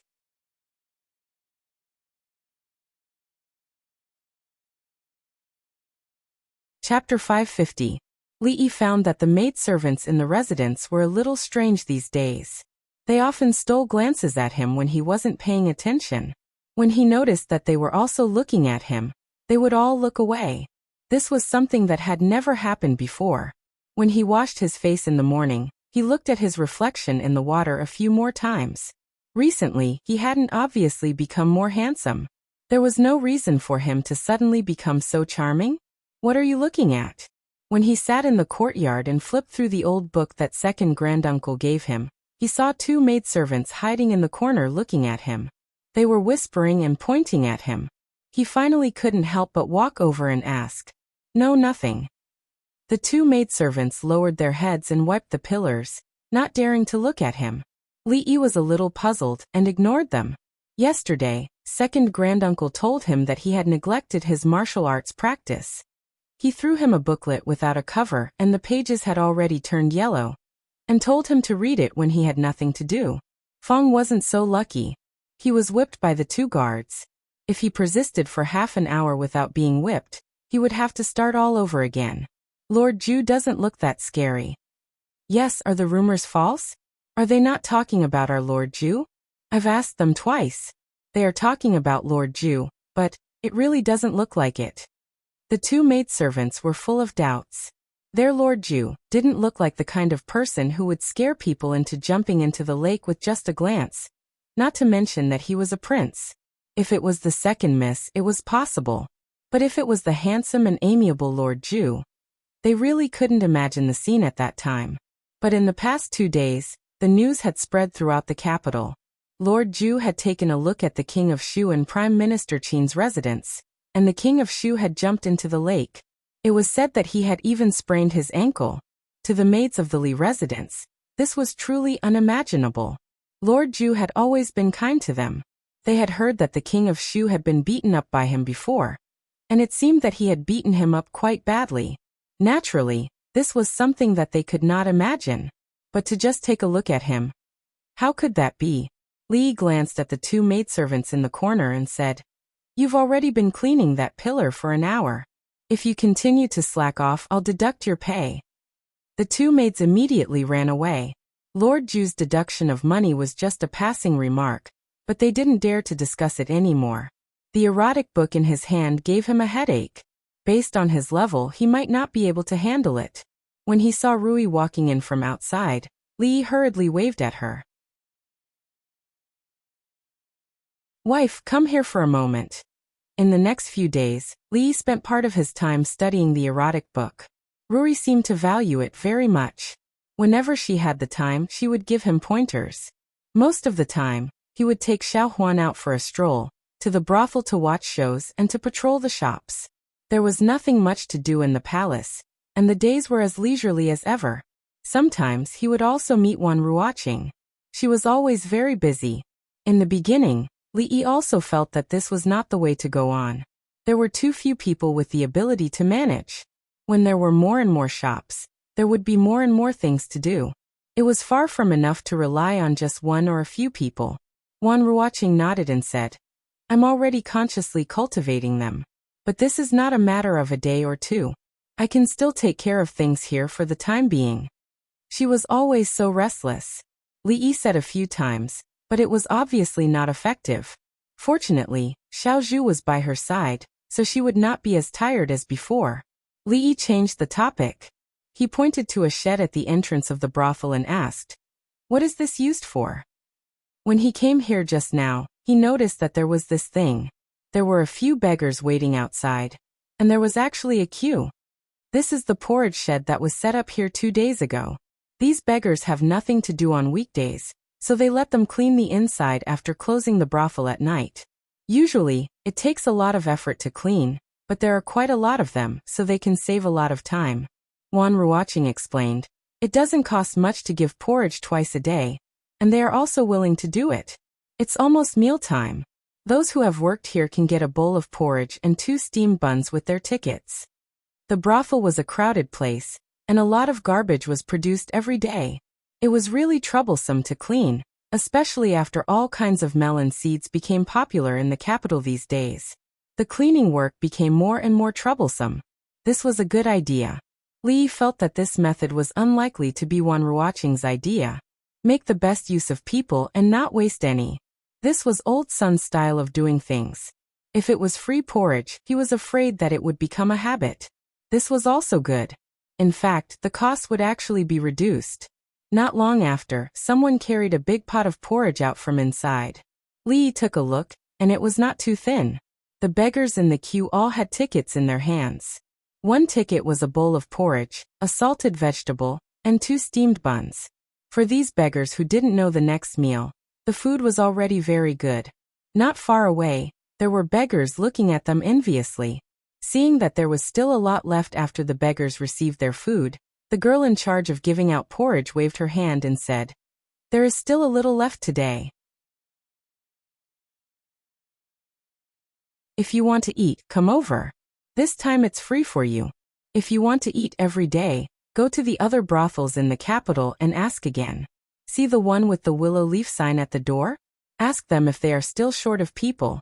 When the beggars heard this, they immediately swarmed over, loudly saying "Great benefactor," "Living bodhisattva," and so on. The girl hurriedly said, "Line up, line up, line up, otherwise we won't give it." In the distant corner of the street, a beggar was about to walk over, but he was stopped by a person. The beggar turned his head and said with some impatience, "I don't care if the Empress of Heaven you speak of is real or not. She can't give me porridge to eat. I'm telling you, don't stop me anymore. In a bit, there will be no porridge left. What is a bowl of porridge?" The young man next to the beggar looked at him with bright eyes and said, 2 months ago, I was the same as you. I didn't believe in the Empress of Heaven, but if it weren't for the Empress, I would have starved to death. How could I have lived until now?" The beggar looked at him again. Although his clothes were not luxurious, they were 100 times better than the beggars here. He suspiciously asked, "The Empress of Heaven, is it real? If you believe in her, you will really have porridge to eat?" "Humph, the Empress of Heaven has already appeared twice. Everyone in the capital knows of her. You can go ask." He took out a scroll from his chest and carefully opened it. His face was filled with respect and fanaticism as he said, "This is the Empress of Heaven. Wait a moment." The beggar looked at the scroll and hesitantly said, "Wait a moment, I'll go get a bowl of porridge. There really won't be any left." There are many beggars in the capital city. In the past 2 days, many people have come to ask. I've told them to go to other brothels. We really do lack people. As Wan Ruoqing and Li Yi were talking about these things, they saw a beggar walk over from a distance. She picked up the spoon and waited for the beggar to place the bowl on the table in front of her. The young girl who had just given out porridge had a stomachache and went to the bathroom. She happened to see this, so she took her place. The beggar placed the bowl and ticket on the table. He looked up and wanted to give him a bit more, but his mouth opened halfway and his eyes nearly popped out. "Heaven, heaven, heaven! Empress!" His voice trembled and his mind went blank. In that instant, a thought appeared in his mind. So those who believe in the Empress of Heaven can really have porridge to drink. What? Empress? Did you mistake me for someone else? Wan Ruoqing shook her head with some doubt. Seeing that the young girl had already come over, she handed over the spoon in her hand and turned around to enter the brothel with Li Yi. The young girl rubbed her stomach and gave the beggar some porridge. She routinely said, "Tonight is the same time as before. Wait here, and someone will bring you in. Hey, what's wrong?" The beggar regained his composure and looked at the young girl. He rubbed his eyes and looked back at her with a puzzled expression. But he quickly reacted. He picked up the bowl of porridge and forgot to even take the steamed bun. He turned around and ran across the street. In a corner of the street, the youth carefully put away the scroll in his sleeve. At this moment, the beggar ran over and grabbed his arm. With a trembling voice he said, I believe in the Empress of Heaven." As the youth was wondering why the beggar would have such a change, the beggar excitedly said, "I just saw the Empress of Heaven." The youth's body shook and a fanatical look appeared on his face. He grabbed the beggar's arm and asked, Where is the Empress of Heaven?"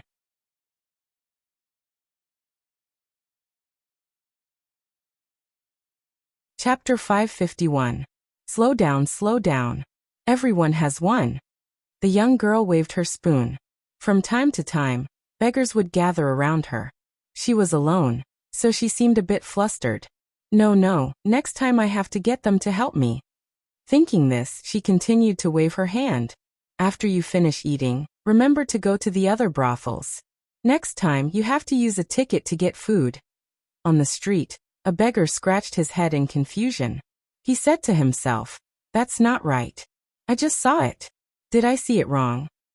It can't be wrong. It can't be wrong. The young man beside him shook his head. His eyes were full of light. It must be the Empress. Only the Empress would have such a kind heart. Then can I join the holy religion? The beggar looked at him and nervously asked. Come with me, the young man said in a low voice.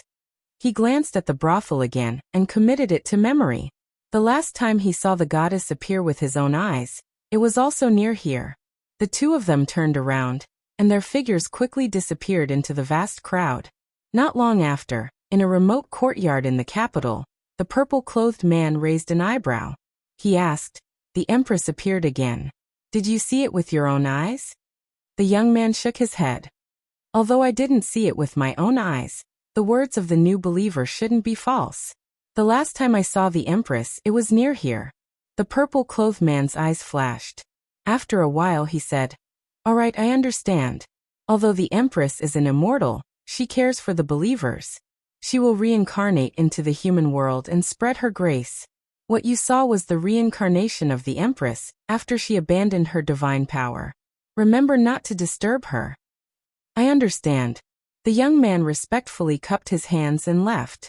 His expression was sincere. Whether it was the Empress or the reincarnation of the Empress, they were both existences that gave him a second life. To him there was no difference. After the young man left, the purple-clothed man walked to a door and gently knocked. Come in. A light voice came from inside the room. The purple-clothed man pushed open the door and entered. Before he could speak, the middle-aged Taoist nun sitting cross-legged on the bed said, You did very well. Since the believers of the capital believe in that Empress, then she must be the Empress. But how should we explain it to the believers in other places? The man in purple asked tentatively. The middle-aged Taoist nun lightly said, Since the heavenly Empress can have one incarnation, then why can't she have two? One to bring good fortune to all living beings, and the other to punish. Why not? The purple-robed man was stunned for a moment, then immediately said respectfully, The Empress is wise. The woman in the portrait should be real. Spread the word that the Empress has abandoned her divine power, sealed her memories, and incarnated into the mortal world to experience the suffering of the mortal world. Only then can she benefit more believers. Tell them not to disturb her. After a pause, the middle-aged Taoist nun spoke again. Also, you should personally investigate who that woman is. This subordinate will do as you bid. The purple-clothed man immediately nodded. Although the events of that day were outside of their plans, after the Empress' reasonable arrangements, they actually had endless benefits. However, they still needed to be careful when dealing with that woman. If there was the slightest mistake, then all of their efforts in the capital would be for nothing. There is one more thing. The purple-clothed man thought for a moment, then said, The government seems to have discovered something. Recently, the intensity of the investigation on these matters has increased. This subordinate is worried that if this continues, I'm afraid that there will be some oversight. Then have them stop all actions and return to their normal lives. The middle-aged Taoist nun nodded and asked, How is the Assembly of Heroes going? The purple-clothed man said, This time's Assembly of Heroes has stirred up the entire martial world. The competition on the Heaven Proclamation is fierce, and it has been delayed by a month. At the latest, it will be held in half a month. Those secluded sects have also sent their true experts. However, the number one on the Heaven Proclamation is still that woman called Lu Rui. When speaking of those secluded sects, the middle-aged Taoist nun's expression did not change. However, when the purple-clothed man mentioned that name, her brows involuntarily twitched. Lu Rui, the young woman she had met in Qing'an Prefecture, was a grandmaster expert like her. She was also the biggest obstacle to her taking the position of alliance leader. It went without saying how useful the position of the leader of the Wulin Alliance was to the Holy Church. Otherwise, she wouldn't have started making arrangements so early. Especially after seeing the power of the Imperial Palace, she clearly realized that the Holy Church's current power was far from enough. The position of alliance leader could not be lost. Lu Rui. She closed her eyes and softly said this name. In the past 2 days, The headlines of the entertainment section of the capital daily were undoubtedly about a young royal family who lost his footing and got drenched by a murderous stare. A prince was as timid as a mouse. Was he the king of Shu or the Rat King? As for County Uncle Li, he was naturally covered with some legendary colors. There was a rumor in the capital that County Uncle Li got sick because of the fear of the king of Shu. Later, in the imperial palace, he seriously injured the king of Shu in front of all the officials, which undoubtedly gave the rumormongers a hard slap in the face. As time went by, this matter was almost forgotten by the people in the capital. However, the incident of the king of Shu jumping into the lake made people dig up the past. In contrast, it was full of irony. Of course, the influence of this incident was far more than that. As the first successor to the throne, the title of King of Shu could be said to be a topic of conversation. His every move was watched by the officials and the people. However, this successor always did some extremely shameful things, which made the people in the capital start to doubt whether their fate would be handed over to such a thing in the near future. Naturally, the officials also had the same concerns. Many people were not very satisfied with the king of Shu. After this incident, they naturally opposed the king of Shu even more. As for those who were still waiting to see which side to take, the balance in their hearts gradually began to tilt. As for those who were originally partial to the king of Shu, but were not die-hard fans of the king of Shu, they even began to doubt their lives. Was this a damn fake prince? Could the king of Shu really make it? There were also movements from the other princes. If the king of Shu really couldn't make it, they would have to replace him in advance. No wonder His Majesty didn't express his opinion when Prime Minister Qin and others strongly recommended the king of Shu as the crown prince. When it came to judging people, who could be more brilliant than His Majesty? Of course, these things were not in the hands of Li Yi for the time being. He was in the imperial palace, giving special treatment to Monarch Jin. Sir, I still don't think I can make it. Monarch Jin's chubby face was much thinner than before. He looked at Li Yi with a troubled expression. Why, you don't want to be the dean of the College of Mathematics? Li Yi looked at him and asked. Not anymore. Li Han shook his head and said. Li Yi thought for a moment and looked at him and asked, do you know where Jianzhou is? Yes, my fief is in Jianzhou. Li Han nodded. Li Yi asked again. Then do you know what Jianzhou is like? Li Han was stunned for a moment, then he shook his head. Jianzhou is very far from the capital. If you take a carriage, you won't be able to get there in 10 days or half a month. There are no sugar-coated haws, no beggar's chicken, no ice in summer, and no fresh vegetables in winter. You won't be able to see your father and mother even once a year. Li Yi looked at him and asked, now tell me, in a few years, do you want to go to Jianzhou, that remote place where birds don't even shit, to be a prince, or do you want to be the dean of the College of Mathematics and live freely in the capital? Li Han was stunned for a moment. Then he suddenly swallowed his saliva. He looked at Li Yi and said with a firm gaze, Sir, give me the book. When he walked out of the museum, Li Yi couldn't help but sigh. These children nowadays were really getting harder and harder to deceive. It was hard to persuade them. It would be better if they were simpler and simpler. Whatever the teacher said, he wouldn't have to waste so much time talking to them. He went to see Yongning and played chess with the Tsundra Lolita for a while. Finally, he used the super invincible celestial dog that could swallow the whole universe. Only then did he leave with satisfaction. He didn't go to Princess Royal Highness to ask her how she was doing as the chairman of the Women's Federation, how many die-hard female fans she had, how many officials and dignitaries she had won over.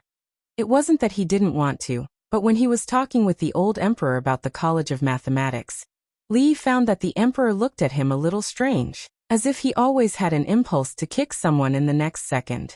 The imperial palace wasn't a place to stay for long, so it was better to leave as soon as possible. But thinking about it, it was normal. His son had become the laughingstock of the capital, and the title of King of Rats was even more resounding than King of Shu. This time, he was afraid that he would lose a lot of fans in the court. Prime Minister Qin and others had worked hard for so long, but because of this guy's jump, not to mention going back to square one night, it was bound to go back 2 years. Thinking about it, Prime Minister Qin and others should doubt their lives a little more in the past few days. Alas, the old man was so old. If he often worried so much, it would damage his lifespan. He was really worried about the old man.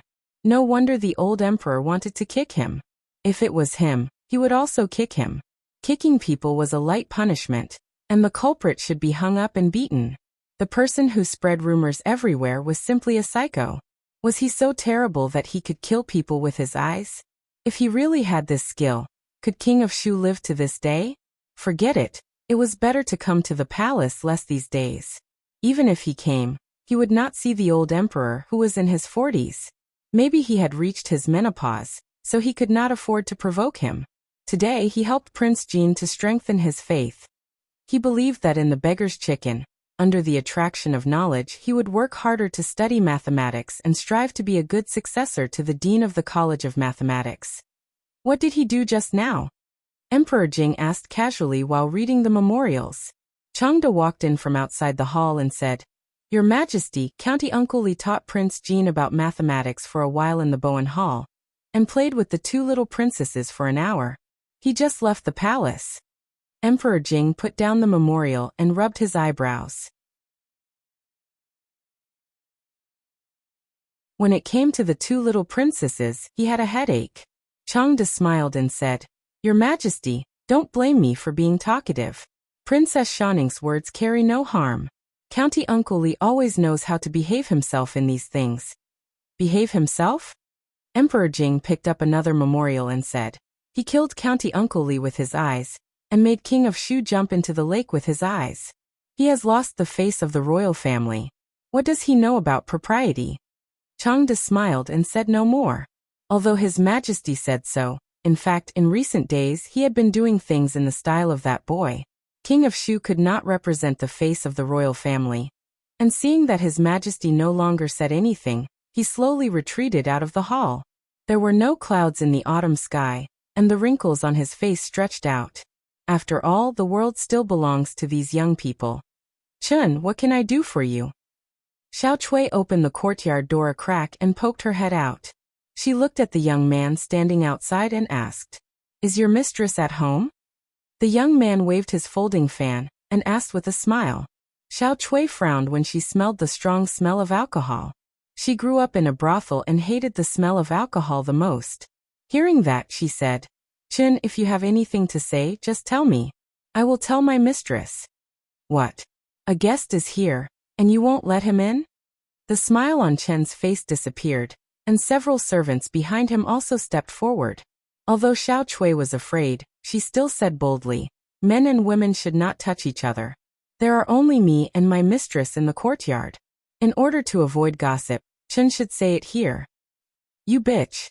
An angry expression appeared on Chen's face. Just as he said this, the courtyard door opened and Seng Zimo walked out. She said lightly, "Chen, what do you want? Say it." The young man in front of her, who reeked of alcohol, was Chun, who had been pestering her a lot these days. At first, he pretended to be polite and well-mannered, but after running into a wall a few times, he gradually returned to his playboy nature. She had seen many people like this before. Seeing Seng Zimo come out, Chun immediately smiled and said, "Zimo, you're out. Let's talk inside, let's talk inside. Let's talk here." Seng Zimo pulled Xiao Chui back half a step. Her voice seemed to be 1,000 miles away. A trace of anger flashed across Chen's face, but the next moment he smiled again and said, "Zimo, you know my feelings for you. I promise, as long as you agree to me, you will enjoy endless wealth in the future. If that's the case, then there's no need to talk about it anymore." Seng Zimo waved her hand. She had heard this kind of talk so much that her ears were about to get calluses. She looked at him and said, "Chen's status is noble. I really don't deserve him. It's better for Chun not to mention this matter in the future." After all, Chun had drunk today. After hearing this, no matter how self-restrained he was, he couldn't help it. She was just a prostitute, yet she made him spend so much effort. He angrily said, "It's your fortune that I like you. Who do you think you are? So what if you're the goddess of Luoshui? Do you really think you're the daughter of a noble family? Let me tell you, I'm going to have you today." After saying that, he reached out to grab Seng Zimo's arm. Xiao Chui's expression changed. She pushed Chen away and hurriedly said, "Miss, quickly go inside." Behind Chen, two attendants quickly stepped forward and blocked the courtyard door. Seng Zimo and Xiao Chui's expressions both changed. Seng Zimo's expression turned cold and said, "Trespassing? We can report this to the authorities." Chen had already stabilized his figure at this time and laughed. "Trespassing is nothing. Today, I'm going to rob a woman." Then he reached out again and touched Seng Zimo's face.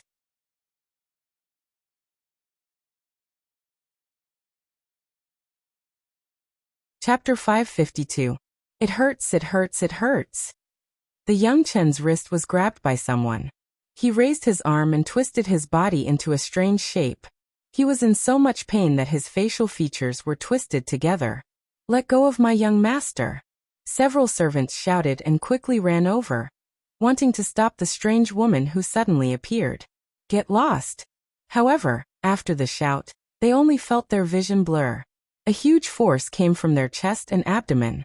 Their bodies flew backward and fell heavily to the ground. "What did you just say?" Yang Liuqing used more strength in her hand and looked at the young man coldly. "No, nothing." The sudden increase in pain made Chen sober.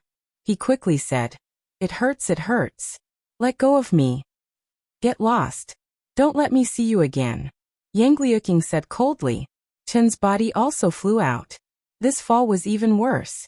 His bones were about to fall apart. He got up from the ground and took 2 steps back. He pointed at them fiercely and said, "Just you wait." This time he didn't dare to continue saying harsh words. He turned around and left with a few servants. After all, this woman didn't look easy to deal with. It seemed that there were accomplices coming from the side. If they stayed, they would probably suffer even more. Although what happened just now was short, many people saw it. They surrounded and pointed at young Master Chen's back as he left. Their eyes were filled with disdain. A foppish young master flirting with a good girl. This was a scene that happened every day in the capital. "Miss Yang, why are you here?" Seng Zimo looked at Yang Liuqing with some confusion. The two of them knew each other in Qing and Prefecture, but their friendship wasn't deep. At this moment, she was a little curious. Why would she appear here at such a critical moment? Moreover, it seemed like she had been here all along. Yang Liuqing waved at the figures that were approaching them. She then looked back at them and asked, "Are you guys okay?" Seng Zimo shook her head. Looking at the figures retreating, she seemed to have understood something. She didn't ask any more. She looked at her and said, "Miss Yang, please come in and have a seat." Yang Liuqing shook her head and said, "I won't go in. It hasn't been peaceful these days. If you encounter anything wrong, just shout from inside. Someone outside can hear you." After saying that, she smiled and turned to leave. In the past few months, she had been working hard to improve her ranking on the heaven list. However, after entering the top 30, it was extremely difficult for her to win. She needed to accumulate enough strength. She had fought countless people, and her experience was already very different from before. There was no point in participating in more battles. It just so happened that she had a mission, so she simply came here. She didn't expect to encounter such a thing on the first day. It was just that she was curious about Miss Sung. It had already been so long, so she should have been welcomed into the house by senior uncle long ago. Why was she still? Thinking of this, she stopped thinking about it. This matter seemed a little complicated, and it wasn't something she could participate in. "Miss they?" Xiao Chui watched them leave and scratched her head in confusion. Seng Zimo waved her hand and said, "It's fine. Let's go in." At this moment, she could also guess that Li Yi must have sent more people here. However, she did not expect that young Duke Qin's revenge would not come, but this young Master Qin. However, in this way, she was indeed a lot more relieved. As for that Qin, she might have been a little worried before. However, she had seen the king, the duke, and all the top foppish young masters in the capital. The son of the Minister of Rights didn't seem to be that scary. "Bitch, you refuse a toast only to drink a forfeit." On a street somewhere in the capital, the young man with the surname Chen rubbed his chest. His expression was still a little painful as he said coldly, "Young master, are you okay?" A servant saw this and hurried forward to help him pat the dust off his body. "I'm fine." The young man stood where he was and waited for the servant to pat the dust off his clothes. Then he said gloomily, "She's just a prostitute. Why is she pretending to be a good person? Since that's the case, don't blame me for being impolite." "Then, young master, where are we going now?" "To the spring pavilion." The young man with the surname Chen said angrily. After so many days, he still hadn't taken down the Luo Shui goddess. He was afraid that people would laugh at him. At this moment, he had a stomach full of anger and needed to vent. As for other things, he needed to think about them at length. Early in the morning, the capital's governor, Lu Dayo, came out of his wife's room and rubbed his waist. He couldn't help but sigh. Time really didn't wait for people. Without the tiger and wolf medicine, his body was becoming more and more unable to take it.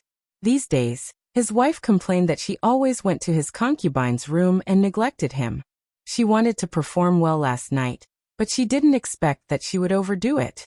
Her body couldn't take it anymore. He looked up and saw a figure walking out of the courtyard. He hurriedly asked, "Where are you going so early in the morning?" "To the Union." The girl turned her head and said. The next moment, she disappeared without a trace. The Union. What's there to cooperate with?" County Magistrate Lu complained. For the Union, she went out every 2 or 3 days. Was this what a woman should do? However, this involved Her Royal Highness, and there were maids and servants around his daughter. Nothing serious would happen, so he let her go. These days, nothing major happened in the capital, and he didn't have too many official affairs to deal with.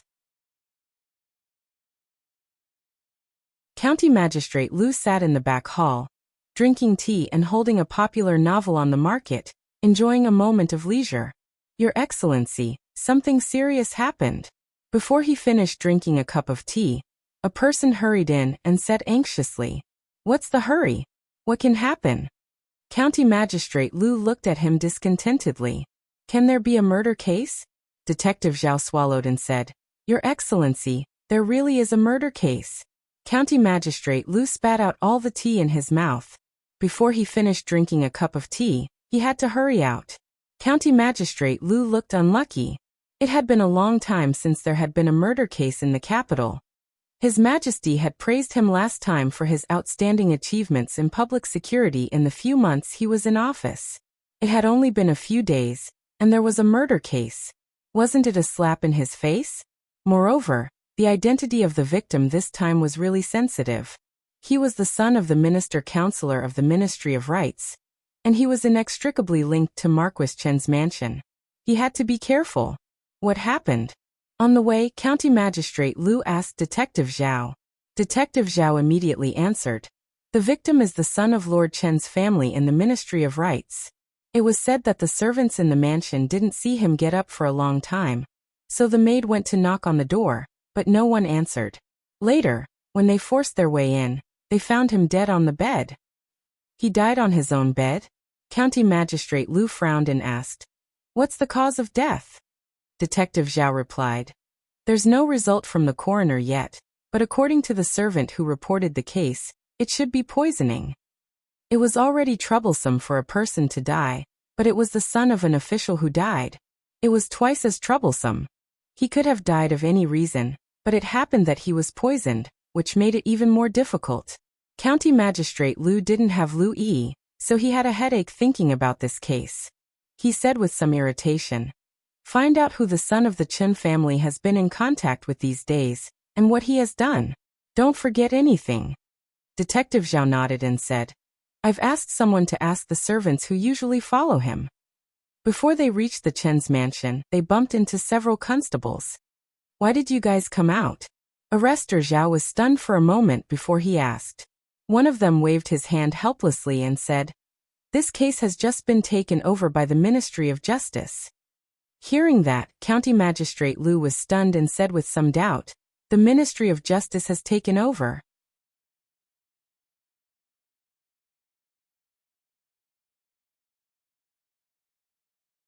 Chapter 553. The Ministry of Penalty was responsible for reviewing all kinds of laws, and reviewing the criminal cases sent to the Ministry of Penalty.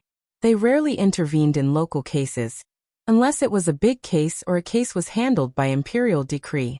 Otherwise, with how big the Jing state was, they would be exhausted to death just by talking about the cases near the capital. The death of the son of the vice-chancellor of the Ministry of Rights was certainly a big case, but it was just a big case with limited influence. The Ministry of Penalty had no right to intervene. What was more, the Ministry of Penalty had come before he arrived. County Magistrate Lu's eyes flickered. There must be some secret deal. However, if the Ministry of Justice wanted to intervene, then let them. It was a good thing that he could extricate himself from this and avoid this trouble. Have you questioned him? How did Chen die? He didn't want to get involved in the abnormal behavior of the Ministry of Penalty. He didn't even want to enter the Chen family. He asked the constable on his way back to the county government.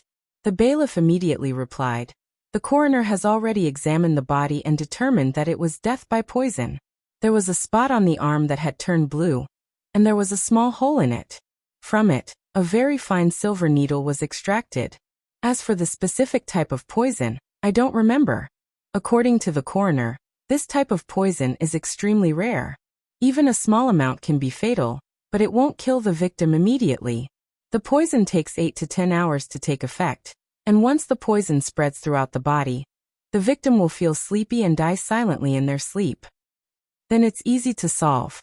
County Magistrate Lu shook his head and said, "We just need to push back the time of his death to 8 to 10 hours to find out what he was doing and who was around him at that time. Then it'll be easy to catch the murderer." He was a little regretful at the moment. He should have acted faster and solved the case earlier, so that the Ministry of Penalty wouldn't have gotten ahead of him. Detective Zhao looked at County Magistrate Lu, scratched his head and said, "Lord Lu, this case doesn't seem to be that simple. The servants of the Chen family didn't find Chen's death until this morning. Who knows whether he died last night or at dawn?" County Magistrate Lu was stunned. He looked at him and said, "I've handled more cases than you. I don't need you to remind me.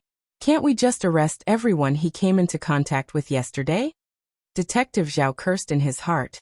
Why didn't you die from eating so much salt? However, an awkward smile appeared on his face as he said, "Sir is wise. Who did he come into contact with yesterday?"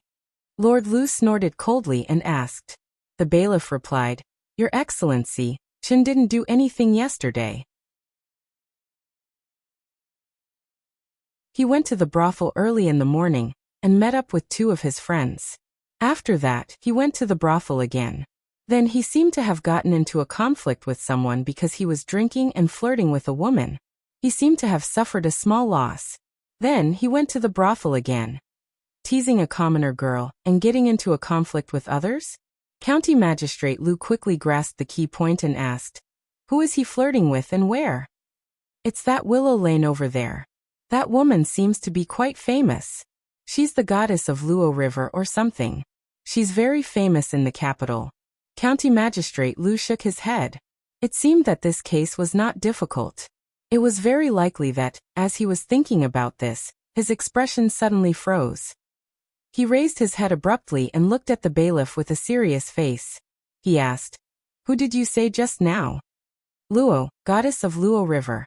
When we came out just now, the Ministry of Justice had already gone to arrest her." Seeing that Lord Lu's expression was a little strange, the bailiff stuttered.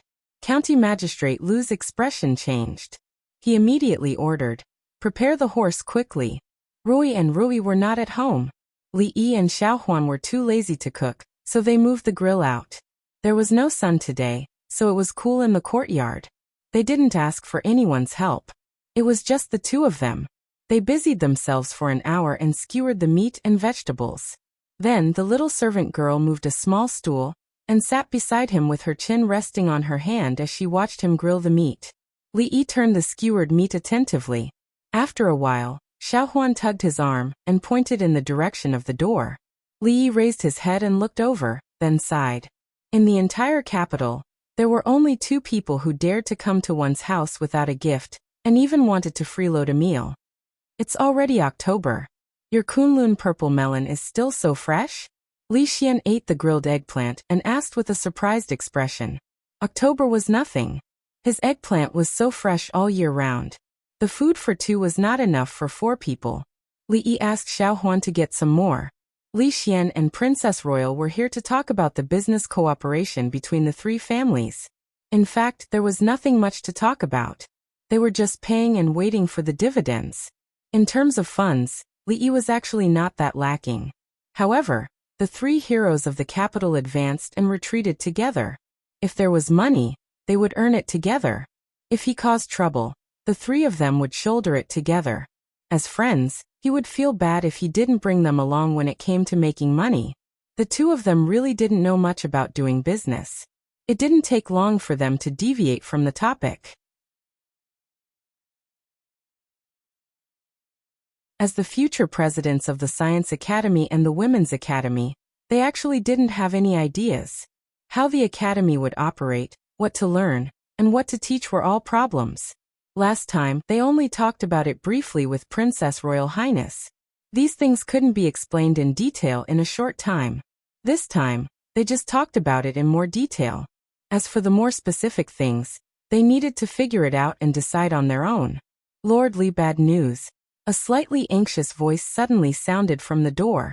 Li looked back and saw County Magistrate Lu striding in. Feng followed behind with a puzzled expression. Lord Lu, what's the matter? Speak slowly. Li Yi didn't know what had happened to make a capital magistrate like him so flustered. He walked over and looked at him. County Magistrate Lu calmed down a little and immediately said, Lord Li, Miss Sung was taken away by the Ministry of Justice. Li Yi glanced at County Magistrate Lu and strode out of the door. Let's talk on the way. Feng had already rushed out to prepare the carriage after County Magistrate Lu said that. Li Xian threw away the eggplant he was eating, and Emingzu came from the side. Not long after, the 3 carriages set off from the gate of the mansion and went straight to the capital. In the small courtyard, Xiao Chui walked to Zheng Zimo with a worried expression and asked, Miss, what should we do if that Chen guy comes again? Should we tell this to Li Li? No need. Zheng Zimo shook her head. Even if the other party was the son of the Minister of Rights, this was the capital. He couldn't be too presumptuous. If it weren't for the alcohol yesterday, he wouldn't have dared to do such a thing. As soon as she finished speaking, someone knocked on the door. Let me see if it's Li Li. Xiao Chui ran to the door excitedly. She quickly opened the door and saw a few fierce-looking people dressed like officials standing there. Her pretty face suddenly paled and she asked with a trembling voice, Who are you looking for? Who is Zheng Zimo? The leading official asked in a cold voice. I am. May I ask why you are looking for me? Zheng Zimo walked out and looked at these people with a slightly vigilant expression. The official glanced at her and said coldly, The young master of the Ministry of Rights was killed last night. We suspect that you are related to the case. Come with us.